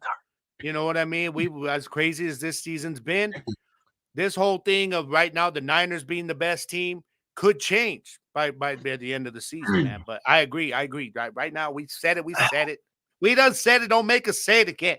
Okay. Got a little parched. All right, we're good. I'm never saying that again unless I have to. You know what? I was just gonna ask too when I saw that. I was gonna say, you got an inhaler or something, bro? Because you have little issues there. I got my inhaler. There you go. No, but honestly, that's what it is. You know what I mean? It's gonna be San Francisco, and then on the AFC side, Miami or Baltimore. I've been saying it all season that Miami has a chance to make it to the Super Bowl. Gabe didn't believe me. Now he believes me. And that's why I was surprised when he was like, what? Miami? That's why I was surprised too. Like, Miami for real? Now you're on the bandwagon? No? Now you believe me, buddy? You know what I mean? Now we hear. I believe, okay? I believe. But just like you said about San Francisco, don't make me say it again because it hurts that I was wrong about Miami. Okay? They look good. Then you got Ramsey back. No, they do. Chain's back. When you got a double-headed monster at running back, you got a quarterback like Tua, who all he got to really do is just step back in the pocket and throw it. Mm-hmm. Doesn't even really matter where he's throwing it to because all his receivers can go up and get the ball. You got Mostert killing it on the ground. And then you got A-Chan that's averaging like 50 yards a damn carry. And then Ariel's coming out of nowhere in the wide receiver position. They got a decent tight end. You know what I mean? They ain't got Mike Gesicki no more, but they I got a do decent I tight do end. think though, bro, that there's still a lot of football to be played Yeah, between that's why I now give and the it. That's why I playoffs. say So either or. yeah, It's either going to be I think Baltimore or this is Miami. definitely something that we got to revisit when the playoff field Mhm. is official. When we've Yeah, got the teams that are in and the seeding, who's at home, who's a wild card, we're gonna revisit yep, this again. Okay, that's all I'm most saying. definitely Yeah. because it's going to be needed. I'm going to tell you that it's definitely going to be needed for us to revisit this because the playoffs may look differently Hmm. from what we're predicting it could be. So Yeah. And it's gonna be we have seen New York Giants fans, JP, you know this. We've seen wild card teams go on to win the Super Bowl. yep, Okay, so it's not definitely. out of the realm for if we decide at some point to pick a wild card team that is just on a roll. It could happen. That's why we got to wait to see what happens between now and then because this may change for us, bro. It may.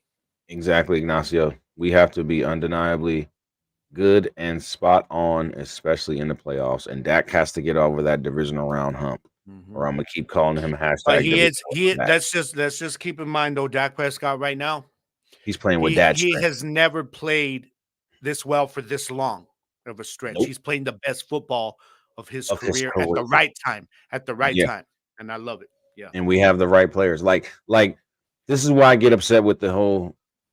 Oh well, this quarterback only has one playoff win, or he only has two playoff wins. And guess what? The quarterback can't do every damn thing, man. Thank If you, bro. you like, I blame Dak because Dak has made bad decisions in playoff games. Mhm. That's cost us. Yeah. Dak has made those decisions. Lamar Jackson ain't have like everybody want to get on Lamar Jackson because he only got one playoff win. Lamar Jackson ain't always been a stand in the pocket quarterback. And now that he's really a dual threat quarterback, and now that he has receivers, you're gonna see a difference in Yeah. the playoff Lamar Yeah. Jackson compared to playoff Lamar Jackson in the Yeah. past. So we gotta stop where all that, oh well, they only got one playoff win and this is that and the third, or they have no playoff wins. If a quarterback ain't got no playoff wins, that means the rest of his team ain't show up. Yeah. Because you can't expect the quarterback to drop back, throw the ball up, run down the field, catch the ball, and score a touchdown. You can't expect the quarterback to always drop back like he's going to throw a pass or hand the ball off and then start running like he's the damn running back. It's Yeah. not his position. It's not No, his I job. feel you. I feel you. And I think every once in a while you're gonna have a team win it because of the quarterback and coaching. Coaching is big. Kansas City last week was a rare occasion of that. Last year, I should say. Kansas Pats fans, PTSD. Yeah, no kidding. Twice. I will never see the playoffs Twice again. to that, man. But coaching is big too, which is why Kellen Moore was gone because our offense was Mhm. totally not unable to One-sided. do it last year. But I think last year, like Kansas City, they got it because of Patrick Mahomes and Andy Reid. Let's be honest. Yeah. They willed them to that. But that, y'all, what Jersey's telling you guys, that's not the norm. It's not. You normally need a very good surrounding cast, maybe a great defense and a great running game, which Isaiah Pacheco was a big part of that last year. Let's keep that in mind. So yeah, you're absolutely right, bro. I'm not When they talk comparing about him. I'm yeah, sorry. when they Ignacio, talk about I'm not comparing him. I'm not. But let's keep it real. Did Tony Romo get past the divisional round? Has Dak Prescott gotten past the divisional round?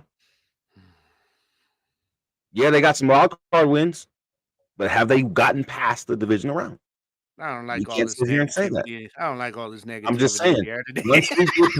Once we get past, I'm not a Dak. You know, I'm not an anti-Dak. Yeah, I'm not a no, Dak no. hater. I just You are. You know what I believe call you, bro? in Dak. I call you a Dak realist in terms of from the other side of me. Like you know I'm a Dak supporter, and I'm always like support the dude, but I'm gonna tell you when he doesn't play good. You're on the other side. You're like I don't believe in him yet, so I believe he's got the talent. From your side, what you told me, I believe he's got the No, I ability to got do you. it. I just need him to do it before I'm I gonna believe in his ass this year. The yeah. way he's been playing, with his baby coming in the world and he's getting him all his dad's strength. I believe in dad's strength. Damn it! And boy, Right? that man is happy. He's excited to be a father. You can tell. This is when you can tell somebody's having something good happen in their life and they're really excited about it.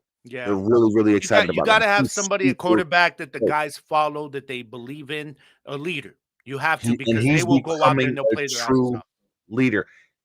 You take all the wide receivers and take them to your house and practice with them in the off season so y'all can get better. Yeah. Yeah. The That's a dude had leader. a field, a 50-yard field built in his property for that reason alone. Because he was like, no, we got to work. We got it. Like it. There's no off season for this dude, pretty much. Mhm. And that's the way it is with a lot of guys. You look at guys like Mahomes and them. Maybe after the Super Bowl, the season ends, they Those take are a few leaders. weeks, you know. And But they're after right back that, to they work. get back to work, man. They do, and Exactly. that's what makes great players. But you're right. Going back to what you were talking about, why we brought this up was because you're absolutely right, man. It's not fair for quarterbacks to be judged based on how they do, because of the fact that it's a team game. The football, there's a quote that's been around since I was a kid. Football is the ultimate team sport. There's 11 guys on each side of the ball, and everybody has to be playing as a unit in order for the team to win. Did you hear that, Stephen A. Smith? Mhm. Did you hear that? 11 guys on both sides of the ball. It's not up to the quarterback to win. Stop it. Let me ask Somebody you take this something. and send it to him. How did Brock Purdy look without Deebo Samuel? Not Trent elite. Williams. Just like Shannon Sharp said, not elite. So And stop that's it. just my point, man. You need your guys around you. You do. Exactly. All right. Second question. Let's move on. What, with how the college football season is close to coming to an end, what do you guys think will happen next season? That's very interesting. Wow. That's an Okay. interesting So question. specifics here.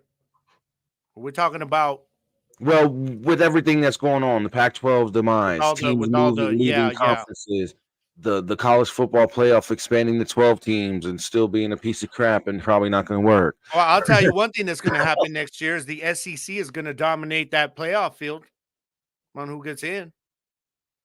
You know, I see that happening. They're setting this up. And I really wish, I'm telling you, bro, this is going to be a thing that years from now, maybe 10 years from now, that they're going to have to create something to where these power conferences are just their own entity and everybody else gets to play for an opportunity, because the way things are going right now, and yeah, is the Pac-12, what's going to happen? What's going to Wait a happen minute. with the Pac-12? I'm sorry.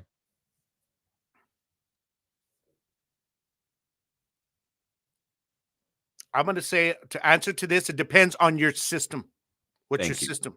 It depends Thank on your system, because Brock Purdy is not the most important person on the San Francisco 49ers. Deebo Samuel is. McCaffrey's in there too, though. Deebo Samuel and Christian McCaffrey are the most important pieces on that offense, aside from Trent Williams. Yeah. Those three people are the reason why he's so successful. And you can just throw need a George game Kittle in manager. there. You need a game manager in there, man. Look at Jimmy Garoppolo. Look- Jimmy Garoppolo was getting the same love that Brock Purdy's getting right now. You know what I mean? Deebo don't have, He was come on, Arlington. Deebo don't have to play QB. Come on, A-Train. Deebo don't have to play People QB. just has to catch a Deebo 7-yard will pass, and he takes a Deebo 30 will yards take for a a touchdown. 2-yard pass and take it 80 yards for a touchdown. He'll take a 1-yard flick and touchdown. Untouched type things. Stop it. George Kittle can get a 15-yard pass and take it the other 60 yards for a touchdown. You'll see him break like 3 tackles while doing it too. Brandon Ayuk can beat a guy off the line. As long as that pass is thrown to him correctly, he's gone. Yeah, it all depends on your system, man. Open, if those guys don't get open, Brock Purdy is not running that ball like Jalen Hurts, Dak Prescott, Josh Allen, Patrick Mahomes, or any other true mobile quarterback in the league. Stop it. Yeah, give me, when you ask this question, it's not just black or white. You can't do that because schemes are different. There are very quarterback-dependent schemes. One like San Francisco is not one of them. You just need a quarterback that's going to manage the game. That's it. You don't need a playmaker. All right? Manage the game. They don't need to be quarterbacks. Basically, in Kyle Shanahan's system, the quarterback is the person who hikes the ball and throws it and hands it off. That's it. The rest of the playmakers is what makes that team run. Mm-hmm. Because without that, what happened? They lost. He was throwing interceptions. He was costing them games. Let me ask you something, How if quarterback's the most important position to you on every team, and don't matter the scheme, none of that, then why wasn't Jared Goff having the team where they were? Where was this Jared Goff before they brought in these pieces around him? You know what I mean? Just answer me that. Okay, because if Montgomery and Gibbs were not doing what they've been doing this year, and that offensive line was not one of the best in football for Detroit, Jared Goff wide receivers aren't doing their thing. Jared Goff would look like the guy that the Rams saw when they decided to ship his ass to Detroit. That's all I'm saying. You know what I mean? So it's about the scheme. That's what it's about. Different teams, yes, the quarterback is the most important guy. Kansas City is one of those things. You know, the maybe even the Cowboys, the way you're seeing the Dak. When you look at other teams like San Francisco, Detroit, no, he is not the most important guy. What you need there is a game manager. That's it. You don't need a guy who's going to take the team. Let's look at the system. Kyle Shanahan don't give a damn. I keep saying it. I've been saying this for the longest. Kyle Shanahan is not a quarterback developing coach. He don't develop quarterbacks. He puts you in a system, and if you work with the system, great. If you don't, you're getting the boot like Jimmy Garoppolo and Trey Lance. Yeah. Period. And in his system, his tight end, George Kittle, his offensive line, led by Trent Williams, his wide receiver, Brandon Ayuk, his wide receiver, Deebo Samuels, and his running back, Chris McCaffrey, are his most important assets to keep that offense going, because he's seen himself with one of them missing. Brock Purdy don't play the same. Yeah. With Trent Williams missing, it was a whole different team. McCaffrey could barely run the ball. Brock Purdy wasn't getting protected the way he was when Trent Williams is there. How is one offensive lineman that effective to where when he's in the game and healthy, all the rest of the offensive linemen play like they're 10-time Pro Bowlers? You get what I'm saying? In that specific system, no, the quarterback is not the most important position. The quarterback is there to hand the ball off and give the ball off to the skilled players. Yes, that's what he's there for. In other systems, as far as the Jaguars, the Buffalo Bills, hell, look at what Jesse said. Look at the Giants. Saquon Barkley is the most important piece in that puzzle. Saquon Barkley got them to the playoffs last year. Without Saquon Barkley, they would not have gotten that contract. Yeah, and they would not have made the playoffs last year without Saquon. That's not happening without him. Double G. If Saquon Barkley didn't get them to the playoffs last season, would Daniel Jones have gotten that contract? Absolutely not. Absolutely not. Come on now, let's keep it real. No, they don't have to play the quarterback position. You're not under. Oh my God, Arlington. They don't have to play the quarterback position. But if they may, you think if yards after the catch stat was only for wide receivers and running backs who go and catch passes, you'll see the difference in how the numbers would be for quarterbacks. Because if they only got judged off their air yards, look at Brock Purdy. Really, look at some of these throws that Patrick Mahomes pulls out of his ass. So A keeps asking the same question. A keeps asking the same question. Can Saquon play receiver? Quarterback? Can Deebo? Can McCaffrey? Well, okay. So can Brock Purdy play wide receiver and do what Deebo does after the catch? Can he? If you're going to ask that question, man, keep that same energy for every position. All right? Can Brock Purdy play running back and break tackles the way McCaffrey does and take it to the house? Can he do that? Can he? Because if you're going to ask the question, make sure you have the energy for everybody. You know what I'm saying? Now, back to what we were talking about. Damn it. This was a great show to come back to this week after being gone for 3 weeks, man. Yeah, Trey. We love you, though. Hell yeah, hey, it's all love, man. This is what I love about it, though, man. This is why us as football fans, we love this shit, because we're going to get riled up, and then we're going to turn around and say, it's all love, baby. It's all love. You already know. Yeah, man. But back to the college football upcoming season. Honestly, how do you feel about this upcoming season? It's gonna be big changes, man. It's gonna be big changes, new rivalries. Yeah, you have heard a lot of people complaining this year, though, and I think that's going to continue next year. It's just going to build up more next year until people get used to what's going on. We still don't know what's going on with the Pac-12. We Right. still don't know. But there are conferences that outside of what the SEC and these other power conferences are, you're looking at the other ones, man, that are at that lower level. And, that's where Conference USA is trying to get their name up there. And Liberty beating Oregon would go a long way to that. Yep. Doing that. You're seeing a lot of conferences now, bro, are going to see an opportunity here, especially if Yeah. the Pac-12 folds, which it's unthinkable to even say that, the Pac-12 folding, but it's an actual possibility now. I think they got to bring in some teams, though. So the Pac-12, obviously, the Pac-12 is going to be the most different compared Yeah. to what their reputation has always been. But yeah, I think like you said, there's going to be all new rivalries. It's very, very tough to think of the Pac-12 not having a legit national championship contender going into the season, and that's likely going to be the thing next year. So who comes out of the West, man? These teams, who's going to basically be the conference to say, okay, we're going to step up and try to make a name for ourselves with some of these lower schools that are coming up Mountain now. West. You know what I mean? Mountain West is going to be there. They are. Mountain Mountain West. West. Like The I way did Boise say, State, the way Boise State has been the last few years, and yeah, did you see UNLV season this year? yeah. UNLV. UNLV did. UNLV made it to the Mountain West Conference Championship game. You know what Very interests me the surprising. most about next year, bro? Colorado. Yeah, going back to the Big 12. Well, That's gonna not be only big. that, but I mean, The yeah, they recruits. won 4 games this year, but that's what, 3 more games than last year. And everybody is kind of trying to clown. All the haters are trying to clown on Coach Prime this year. But I mean, come on, y'all. What did y'all think they were going to a national championship? Because we didn't. What I saw was a coach come in, change the culture, and he made a 4-win team. He got all y'all's attention, Yep. everybody's attention, and Not said, now only that everybody's I got your attention, attention, now I got the recruits' attention too, because we got all this love. look at what's going on.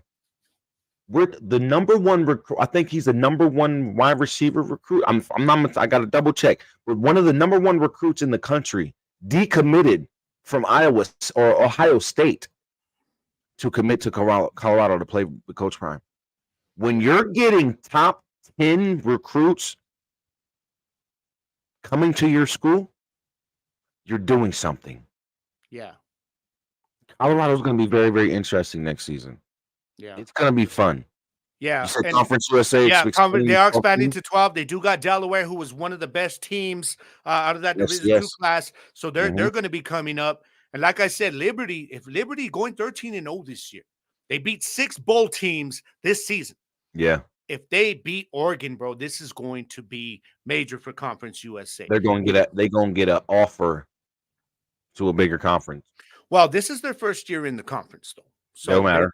I don't think they'll be leaving. I don't think they'll be leaving because Conference USA is trying to get up to where they've had their basketball.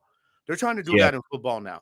Yeah, And, they are. You're right. So I think Liberty I could see them staying there, and it's going to help if they can beat Oregon, even if they just compete with Oregon.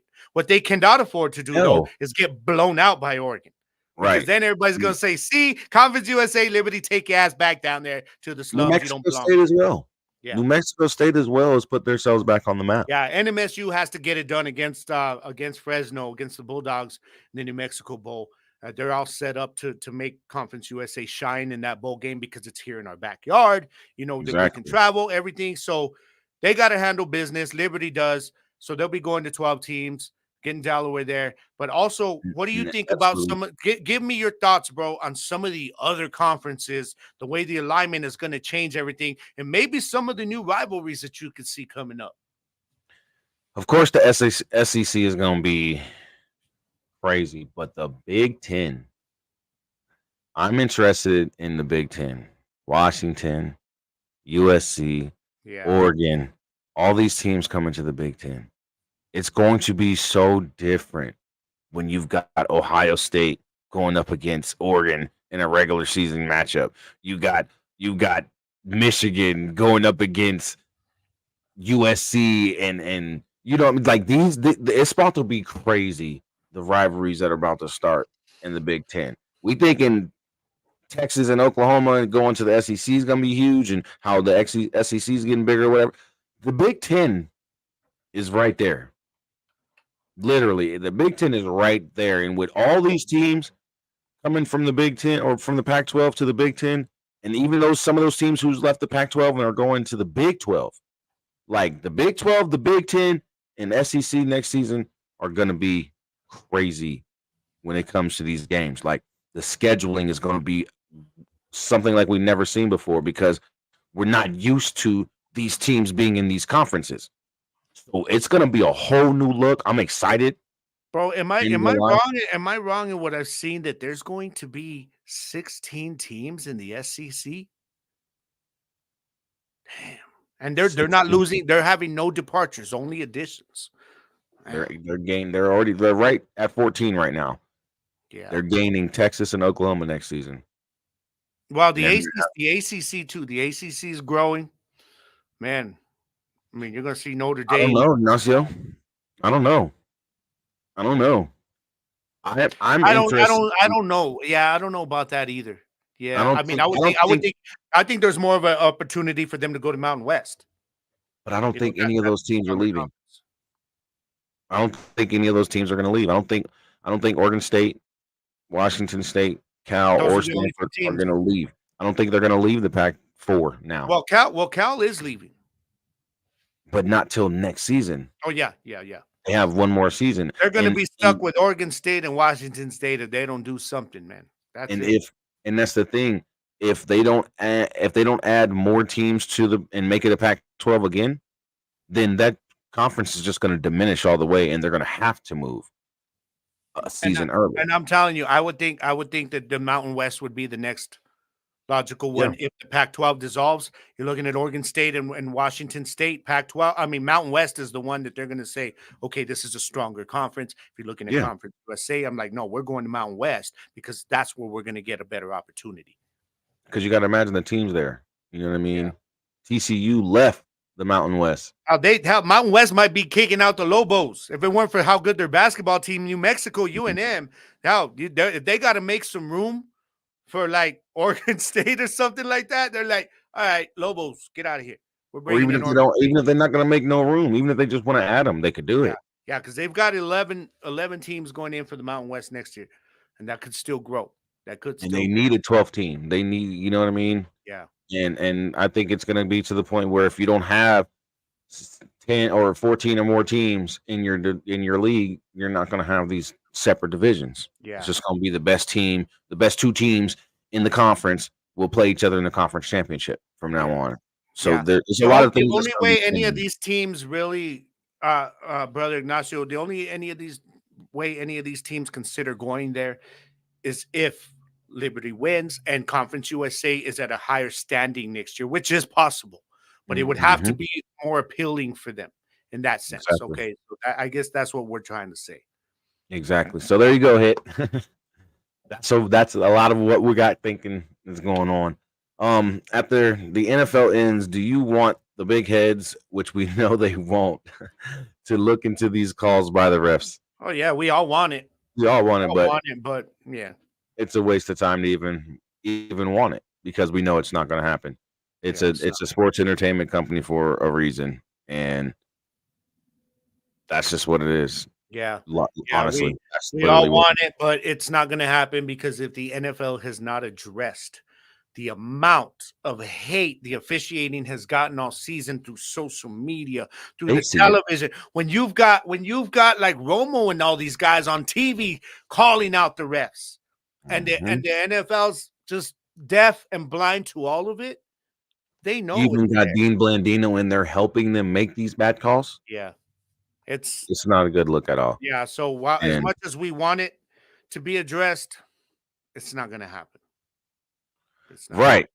Do some press conferences at their game. Let people call you out about their Could you imagine that shit? That would be so dope.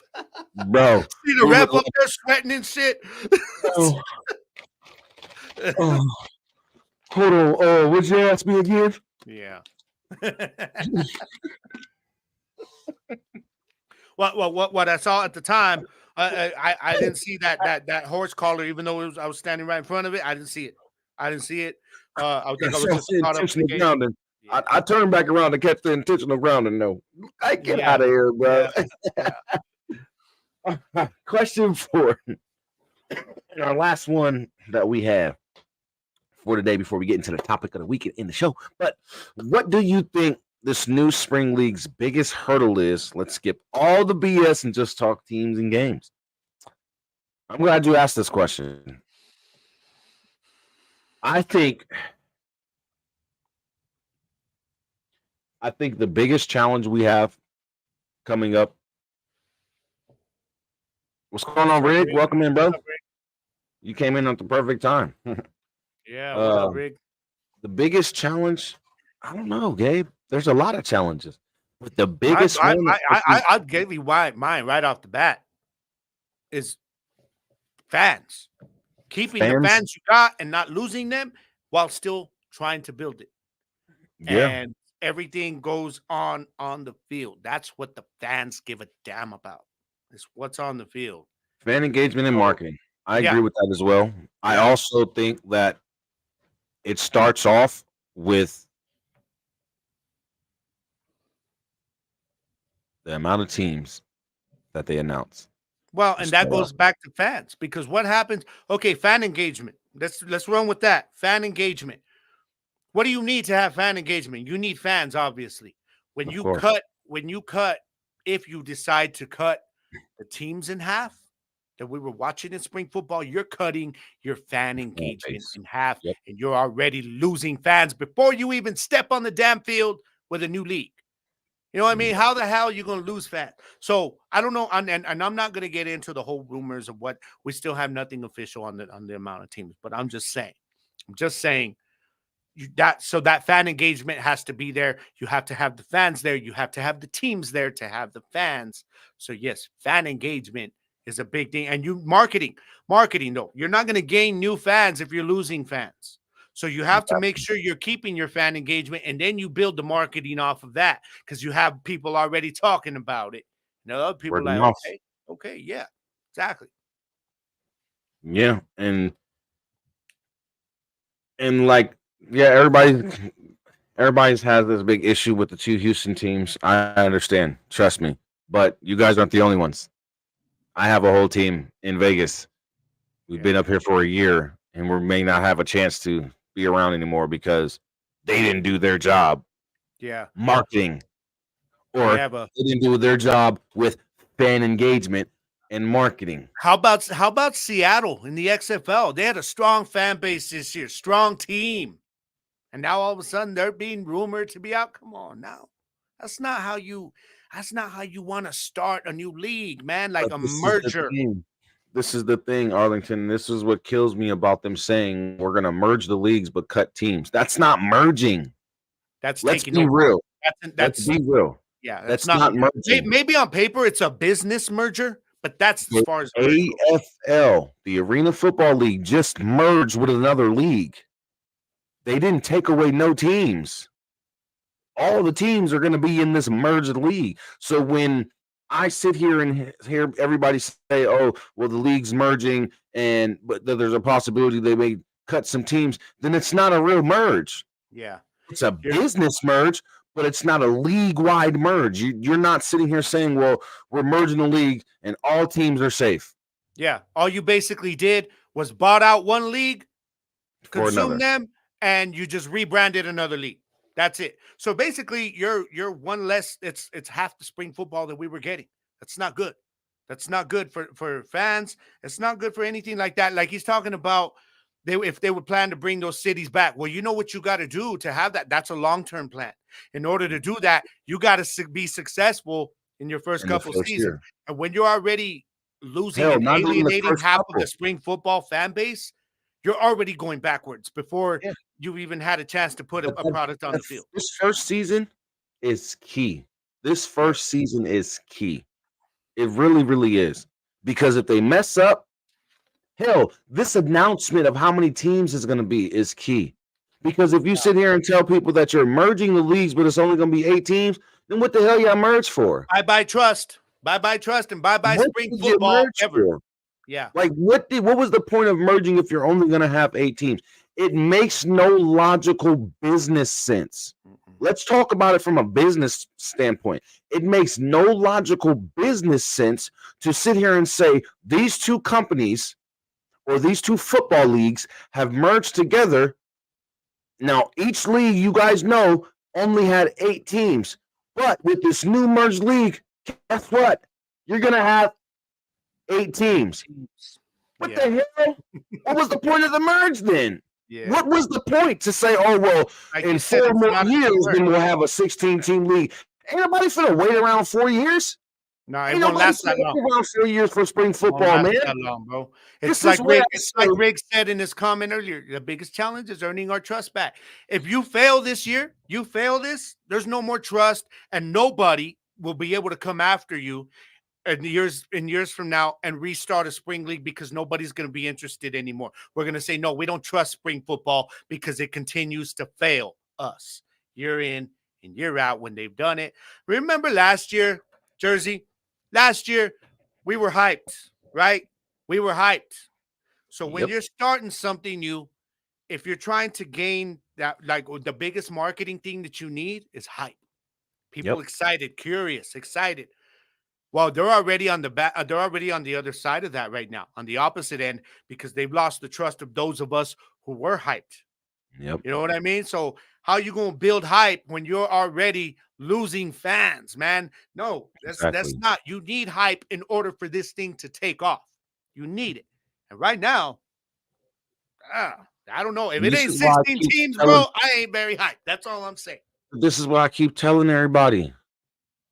Stop thinking that there's only going to be 8 teams. They're not stupid. I'm talking from a business point of view right now. I'm not talking from a fan perspective or none of that. I'm talking from a business point of view. Hold on. A Train says the point of the merger was to have one spring football league. I hate that. And yes, this is it for me. Exactly. I don't agree with the 12 teams. I'm sorry, Ignacio. I don't agree with 12 teams because that's still not a merge. You're still taking away 4 fan bases. Yeah, I'm not happy if it's I'm 12 not either. I'm not I'm even happy less with that. happy if it's 8, Now, obviously, but now, do you guys really think these gentlemen and women are stupid enough, and not business savvy enough to sit here and announce that they're gonna give us an 8-team merged league? yeah, I think they are because they were ready to give us another USFL season of hubs.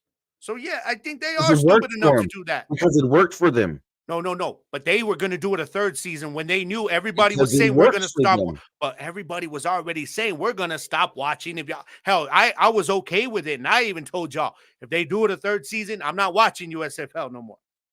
You know what I Now, mean? if they did it a third season and it was more open to fans and they added more hubs, then I could understand. Okay, you're slowly but surely adding Hubs more don't get hubs. Hubs don't get dumps. Tell them hit. Tell them. I know, but what I'm saying is it must have been successful enough for them. Yeah. But But what hey, they were how gonna are you do going to was they talk were about them adding not more generating hubs. fans when they were never even in their home cities? You can't generate fans where you That's what ain't he's at. mean. That's what he's mean. Yeah, look at the XFL. They were there. But you you're not going to generate a fan base playing in a hub that's like states away from your home city. Come on, look at the Breakers. And I'm a Breakers fan. You know what I mean? Mhm. Like I Now you just can I move the Breakers back to Portland and it wouldn't hurt them no, it because would they originally started in Portland yeah. and people would still I watch. feel like Plus, you get more local anything people in less than Portland. I think 12 teams to go back to what Ignacio said, while I wouldn't be happy with it, I would still be willing to at least give it a chance in the first season. But that's because us hardcores would. Their key for trying to make it is they need to build beyond us. You know what I mean? It has to be the fan base has to be bigger than us. 12 teams will not let it grow that big. 16 will because if they came out and announced, bro, next week, let's just say hypothetically, they said, guess what? It's going to be all 16 teams and their home cities. You know where the hype would go? Right now, the hype's down here. You can't even see it on my screen. Hype's going to go up here.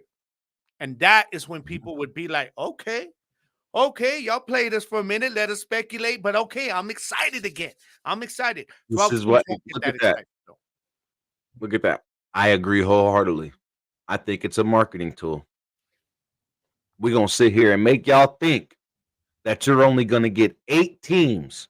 Why the hell would Las Vegas ballpark be in negotiations with an XFL team Yeah. that was previously playing at Cashman? Why is that even out? Why is that even a thing? Because the team ain't going no goddamn where. This was all marketing strategy, in my opinion. That's all this is. They Making need us hype. sit here and They wait. need hype. Y'all are getting us all worked up. You're getting all these speculations going around, and they're moving a team here, they're doing that. There's only going to be 8 teams, or there's only going to be 10 teams, or there's only going to be 12, or they're going to do 13 teams, and one of them's like, come on now. No, they're going to do all 16 teams. And if they don't, they know they're done. Yeah, I agree. They know they can't do anything less than 16 teams. Even 12 teams won't be successful. I'm sorry. It won't give them the push that they need to go into a second season and say, hey, well, we've made negotiations to be able to bring back these 2 franchises. You already lost the fans. A year's going to go by and they're going to be like, okay, yay, you're coming back next year. Whoop-de-doo. We didn't get you this year. We had to wait. Yeah, I feel like they cannot be with this long-term plan of, well, we'll bring those teams back down the line. No, y'all ain't gonna live that long. Your league They is not know gonna that. live that long. Yeah, yeah, I agree. I agree. They know that they won't last if they do it these certain ways. So they're really sitting here giving us maybe a way of, look, right here what Rick said, maybe a way of getting rivalry started before the season starts, all the shit talking between fans. Exactly. Because when you got to notice, when the fans get things going on the internet, the players be watching. Yeah, and Even there's in some the NFL. rivalries they can work with here, man. I mean, you already we were loving that whole little bit that I was seeing between Battlehawks fans and Sea Dragons fans last year. That's a rivalry they could work with right there. Roughnecks in Arlington, that's a rivalry they can work with right there. And that's just speaking from the Vegas and XFL side. DC, Yeah, because those were some good ass games. Both games, Vegas was up going into halftime, and then DC came back. You know what I mean? So there can be some really, really good rivalries set up. But I'm telling you, they're gonna move. They already know they got to move the gamblers. They're gonna do it. They already know they got to get rid of Pittsburgh out of. They got to get Pittsburgh out of there. Get the Maulers out of there and move them to Canton. They know what they're doing. I honestly believe that. Yeah, the gamblers and the Roughnecks can be a big one, but you have to move the gamblers to another city. And it has to be on the West Coast. It has to be. You got to expand. You got to expand and put more teams on the West Coast. There's already enough Midwest and down South teams. Sorry. There's already enough East Coast teams. Because you got to look at it when you put the USFL together, they're mainly where? East Coast and the South. yeah, And one team and well, I can't say one team, but you got the East Coast and the South, and then you got Michigan and the Pittsburgh team and Philly team in the Midwest region. So the rivalries can really be set up. Like, come on now, a Philly Stars versus a Canton Maulers rivalry instead of the Pittsburgh Maulers. You got a Philly Stars and Canton. You got a Ohio versus Pennsylvania rivalry. Come on now, it gives you the same feel. It'll somewhat give you the same feel of Penn State versus Ohio State. yeah. You feel what I mean? So they just have to do it right. And I think that they're letting everybody sit here and speculate, and they're giving some of our insiders some BS news, and they're gonna drop a bombshell on us. And this is letting why us know that it's I've gonna be been saying it. 16 This is teams. why I've been saying I ain't believing shit until stuff is official. I ain't believing nothing. None of these leaks from insiders. Oh, this is what our insiders are hearing. No, don't give me none of that, because that's all we've been hearing, and half of the stuff didn't come out to be true. So now Exactly. I'm just like, you know what? Y'all can speculate all you want on the internet, and I'll just laugh at you. A lot of them in those groups didn't like the fact that I told them straight up, if y'all believing this is going to be an eight team league, then it's already a failure. It's already a failure. And they were like, no, you can't say that. The hell I can't, because I know I'm going to lose interest already. You know what I You're mean? taking away 8 teams. yeah. You're taking away So- half the fan base. So that's makes just the way no I see it, logical man. sense. You for give me marketing. something that's official from the actual league itself, then I'll then believe. we can talk. Exactly. So that's how we feel about that. We got to go on. We got to move on, guys. We have one more topic to talk about. It's the topic of the week. Gabe's got to go to work. I got some things I need to do. So we got to get into this topic of the week. Now, I asked because I was really pissed off about how Florida State was left out of the college football playoff. When you consider 6 teams only, and then all 6 teams aren't even in the college football playoff ain't even 6 teams. It's 4. It's what's so stupid to me. So I asked, should the college football playoff be reformatted? And I've got some decent answers. I'm not even going to lie. Well, what are we going to? 12 teams next year? Yep, and that was one of the answers. But like I told you though, we looked at we talked about the SEC. They're probably going to dominate most of that, which ain't right. It's not right. It's not right. But it will. And that's the problem. That really is the problem. When you have a conference that's so populated with teams. Thank you, Rig. Sorry. Just had to shout out Rig there for that. Oh, yeah, most definitely. Most definitely. Everything is good, Rig. Everything's good. Thank you, though. When you have a conference with such a populace of teams, you got 16 teams next season.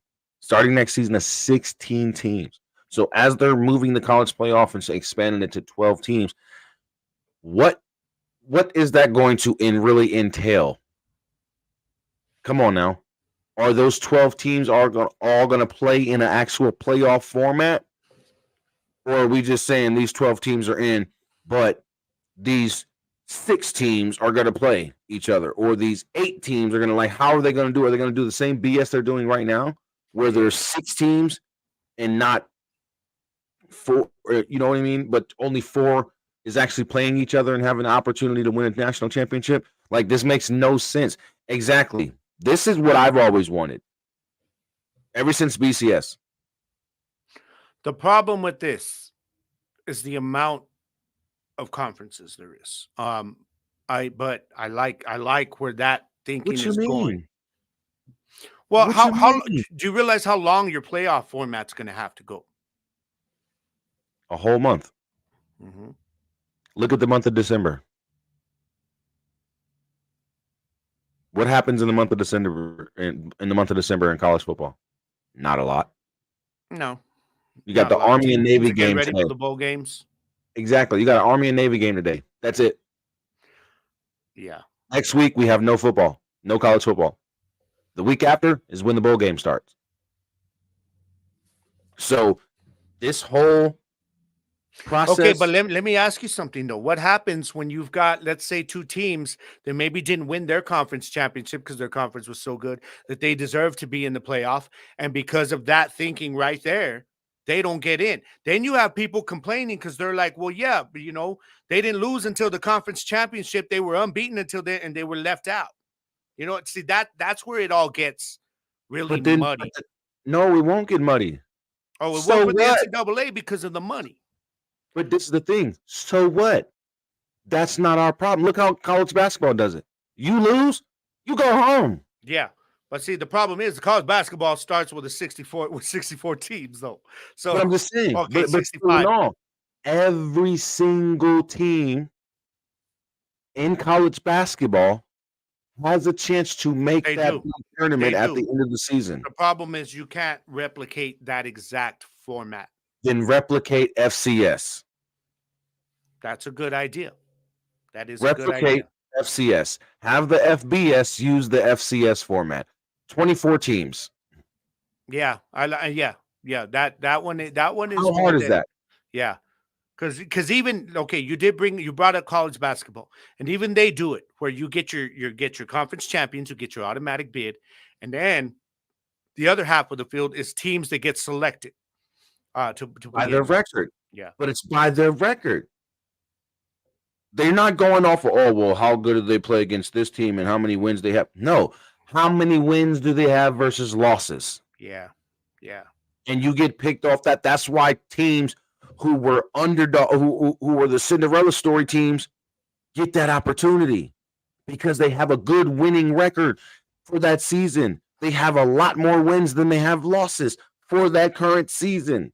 Not what they did last year, not what they did the year before. Not what they did any other time, but that current season. And that's why March Madness works so well. This is why the FCS championship works so well, because you get 24 teams who get an opportunity, but the 24 teams got into that playoff based on their record, not their strength of schedule, not their strength of opponent or whatever. None of that other crap.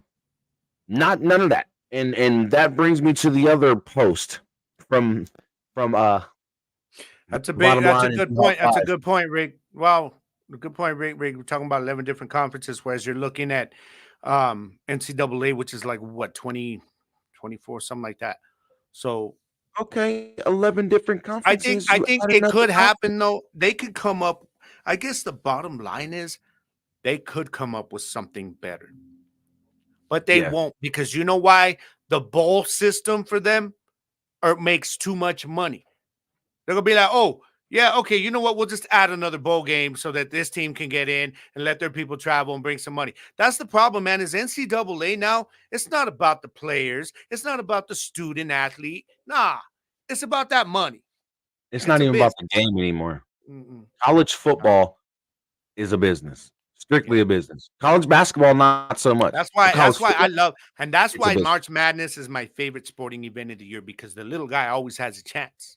You know what I mean? He always has a chance. College football, no, it's about who's going to bring more eyes, more eyeballs to the screens, Mhm. who's going to bring more money. You know what I Now, mean? And Ed, that's the best part about it. we all know Big Daddy Ed from B Hawk Live and the X Fan crew and the Bottom Line. He says instead of the East, West, North, South brackets like they would do in college basketball, you could just have two brackets: the best bracket and the deserved bracket. That way, everybody crying over who deserves to be in can have their bracket of teams where they can all have the one big group hug and chant Rudy, Rudy, Rudy through the whole game. Then when the championship game becomes the best, or comes where the best winner plays the deserved winner, we can all sleep through the second half, since the best team will be ahead 31-0 by halftime. But but hey, the other team deserved to be there, right? Or So even who's better, that? let's Who's that? change the I hold would have liked to know on. who's Let's Ed's change the team trophy is. name to a participation trophy. That way we all feel good and it really doesn't matter who wins, right? We just want to feel warm inside. Come on, group hug everyone. As for me, I don't want to watch the best. I want to watch the best teams duke it out. Enough of the but they deserve to be there. I think I just threw up in my mouth. Okay, so I would like to That know is hilarious. who his college team is, though. Alabama. Spoken like a true damn Alabama fan. Don't give me this crap. They didn't deserve to be there. He wants to talk about if you really wanted to see who the best teams are, play each other, Florida State would have been in there, not Alabama. I'm sorry.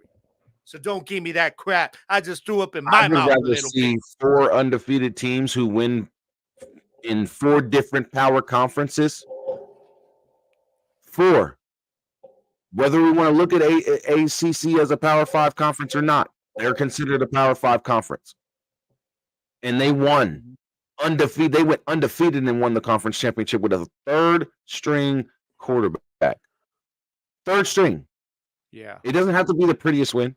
They don't have to blow teams out. Like that's another thing that gets to me. It's Iowa, not Bama. Well, he was rooting roll tide roll. You So know, that's what the Bama fans say: he roll talked tide roll. about in that rant, he talked about, I want to see the best teams and I don't want to hear, with people complaining. You know why they're going to 12 teams? It was because of the complaint. If you don't complain, nothing changes. Sorry, Ed, but that's the way it goes. If you're On fine top with the of way that, things are set up, then that's on you. the But we're not. BCS format We're not. sucked. I'm not good with the way the NCAA has been doing things. I'm sorry. Some of y'all may be okay with it, but I'm not. You want to call that crying? You go right ahead. I'm still going to be here bitching and Alabama crying didn't about it. deserve to be in there either. No, but he did Oh, actually post a tie through the second half. Roll tide. Oh, I know. Bama won that, barely won that conference championship game, but Georgia deserved to be there. I'm sorry, Georgia deserved to be there. Cardell. Cardell, third string quarterback, won a college football championship.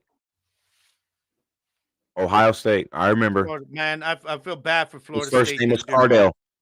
Florida State done freaking got that was my whole argument. A-Train. That was my whole argument.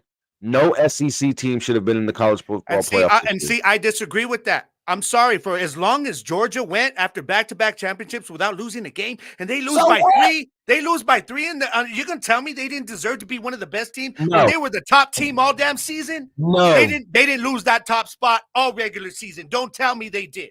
Don't tell me they did. Don't mean that don't mean by their record they deserve to be there. Okay, did they go undefeated? Oh yeah, did they go undefeated? Did Florida? Was Florida in there? No, they weren't. Exactly. All I'm saying is, Florida. If you want to talk about undefeated, then I could tell you Liberty deserved to be in there, which they're not one of the best teams in the nation, even though they're 13-0. Okay. Yes, they lost the conference championship, but okay. So back-to-back champions going all undefeated all regular season. They lose by 3 to Bama, and you're going to tell me they were not one of the best teams in college football this year, even though they were number 1 since week 1. That's what y'all are telling me. Hold on. They lost in an important game. They ended the regular season. What were they ranked when the regular season ended? And from when it began, did they lose that number 1 ranking? They were one of the best teams all season long. Don't give me that. When it mattered in that SEC championship game, when it mattered, did they finish with an undefeated season in the conference championship? They lost. Okay. Okay, but you're going to tell me Bama deserved to be in over there? No, neither one of them deserved to be in there. There shouldn't have been no SEC team in the playoffs this season. Why? Because neither one of those, no SEC team went undefeated this season. Until Georgia if Georgia would have lost in the national championship, which they haven't done the last couple of years, by the way, then you can tell me they weren't. But they deserve to be there. I'm sorry. That's the way I see it. Florida State deserved to be there because Florida State went undefeated and won their conference championship. Michigan deserved to be there because Michigan Michigan cheated their damn way in. Don't give me that. Michigan I'm sorry. You're right. I'm just saying. I'm just saying. Going undefeated and won the conference championship, they deserve to be there. Washington won the Pac-12 championship and went undefeated. They deserve to be there. I like Washington in there. They do deserve to be there. Texas was the only team with a 1-loss record that should have been in that. Why does Texas get in and not Georgia? Why? Because Alabama beat Georgia, but Texas beat Alabama. Okay. And that's why. Did Texas beat Georgia? That's why. Did Texas beat Georgia? No, they didn't. They didn't. We'll see that next season. Yeah, we will. But you can't tell me that Georgia with the 1 loss by 3 points. I don't care how many points it was. I don't care how many points it was. Okay. The fact of the matter, does it matter in the Super Bowl? Answer me one question. Does it matter in the Super Bowl? Okay, can you answer? Does it matter in the NFC Championship game? You ain't going to answer a question for me. Texas or Georgia, which one of those teams went undefeated in the regular season? Just answer that. Georgia did, but what doesn't matter? No, but. The college football playoffs don't matter. The regular season don't matter for the college football playoffs. The conference championship isn't a college football playoff. It's a conference. It's within their conference. Texas is not in that conference yet. What I'm saying is, Texas don't deserve to be in there over Georgia. The conference championship game matters when it comes to deciding college football playoffs at the end of the regular season. Did Texas come in as the 2-time defending champion and go undefeated in the regular season? You sound like Stephen A. right now. No. It don't matter what they did last year. It don't matter what they did last year. I just talked about this year. You admitted. You went undefeated. But at the end of the day, they did not complete the goal. They did not complete the task. Neither did Texas. Yes, they did. Texas won the conference championship. They didn't win the SEC. They're not in the SEC. They didn't play Georgia. Texas won the Big 12. You can't tell me Texas is a better team than Georgia, though. If you want to do this, I'm not saying they are. It doesn't matter who's better. You're basically saying that it's to be based off the record. That's what it should be based off. I'm trying to let you go because I can't talk right now. That's how teams should get put into the college football playoff based on their record. So you're saying Liberty should be in there? Yes. They're 13-0. Liberty should have an opportunity to be in there. Yes. Yeah, I'm sorry, but I loved what Liberty did this year. But if you throw them in the SEC, they're not going 13-0, bro. I'm just telling you. I seen what Why Liberty does did that all year. matter? Why does that matter? This is what I'm talking about. This is why I say the college football playoff format is so screwed. It You is. get to get It rid of is. it And altogether because that's why why I'm does telling the you, team though. who's 12-0, as far as Liberty, or excuse me, 13-0 because they won their conference championship game? How are they not supposed to be even thought about? How are they not given a chance? They went undefeated and won their conference championship. Oh, I agree. But that's why they're going to 12 teams next year, which that's JMU. still not a fix. But what I'm saying is I don't know how we got into the whole who deserved to be in and who didn't, but bottom line is, and we go back to Ed's freaking argument. If you don't complain, there would be no 12-team thing coming in next year. He's talking about he don't want to hear people complaining, right? Okay. Then you like it with just the 4 teams. That's fine. The rest of us, we don't. We want shit changed. We think other teams deserve an opportunity. And this argument we just had is proof of that. Because next year, we may get, that team like we're talking about, did Georgia deserve to be in? You say no. You say Texas, whatever. This will partially fix that next year, Jersey. Yeah. But it's not, it's only this. Let's be honest, bro. This is just a temporary fix. Because it's not, you're still going to have your issues with teams that are going to be saying, we didn't get into the 12 team and we deserve to be there. You know what I mean? We beat Alabama this season. And because we had one loss, we didn't get in. But Alabama did. You're going to see that next year. I guarantee you that. I asked, should it be 12 or 24? 24 teams. It should be 24. Period, point blank. It should be moved to 24 teams. They should do the FCS format. There should not be 12 teams because you're still not giving all these. You're not giving everybody a chance.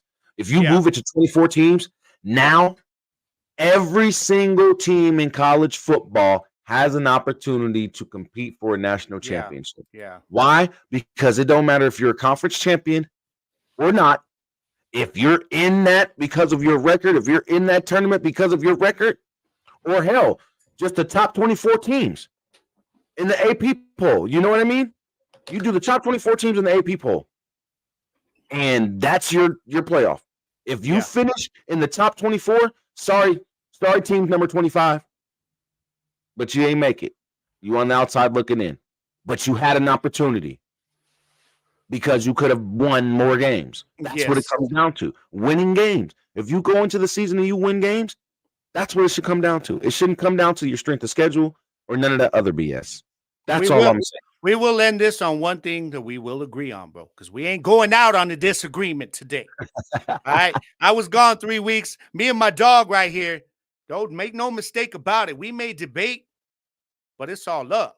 It's all love. One thing we agree on this whole NCAA thing is that Florida State got screwed. They just got screwed, bro. And this probably one of the biggest screw jobs we've seen in college football in a long time. And it ain't right. It's like the Montreal screw job in WWE. You know what I mean? Florida State got Bret Harted. Like real But instead it was NCAA spitting in Florida State's face. You know what I mean? So it was horrible. It was horrible, man.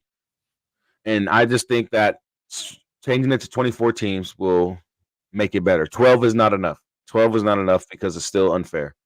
Having a committee choose who gets to be in instead of it being based off records. That's why I say the college football playoff committee should be disbanded and getting rid of. Like rid them of their duties. Y'all need to be here no more because y'all don't know what y'all doing. We shouldn't be going based off of strength of schedule. We shouldn't be going off of how flashy the game was and how the style points and all that other crap. Back in the day, none of that mattered. None of that mattered. It was what you did on that field, whether you won or you lost. It was what your record was at the end of the season. Hell, teams were sharing the national championship decades ago because it was based off of your record. And it should have never changed. If you wanted to do a playoff style format, you should have copied the FCS. Period.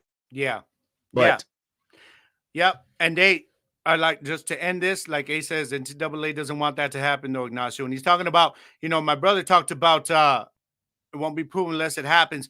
And I did say, just to backtrack just a quick second, I know I got to roll out, but I did say, like, okay, Liberty, I don't know, they compete in the SEC. I shouldn't say that because my brother made a good point. Auburn's in the SEC. We saw what New Mexico State did in Auburn's house this year. They put a beat down on them. And then Liberty turned around and swept New Mexico State. So, yeah, you know what? Let me take that back. About Liberty not being able to compete, I think they could prove different. But so let me, I do take, I give you that. I take that back, bro. That's why I say give all these teams a chance. Look at UTSA. Yeah. Come on now. Their quarterback's a freaking monster. No. The kid's like 6'5", 6'6". He's standing over the offensive line, y'all. And he's throwing that thing like he's got a cannon, bro. Mm-hmm. And he's doing so, like, teams that don't give opportunities, they're sitting here going 13-0, 12-0, winning their conference championship. They should have an opportunity at the national championship. That's all I'm saying. That's why I brought that topic of the week up. And I'm glad I did, because look, we got it all out. You know what I mean? We got our debate in for the week, brother. I'm happy to have you back this week because I needed you. And look, we had a couple debates today, and it was a great show. You know what I mean? We had the fire going, bro. You know people. I mean? Come on, y'all. I know y'all were entertained by this shit. That's what we do. I know y'all love my facial expressions. Looking at me through the camera like, damn, fool, did you just say that? Yeah, I did. But that's it for this week, guys. Yeah.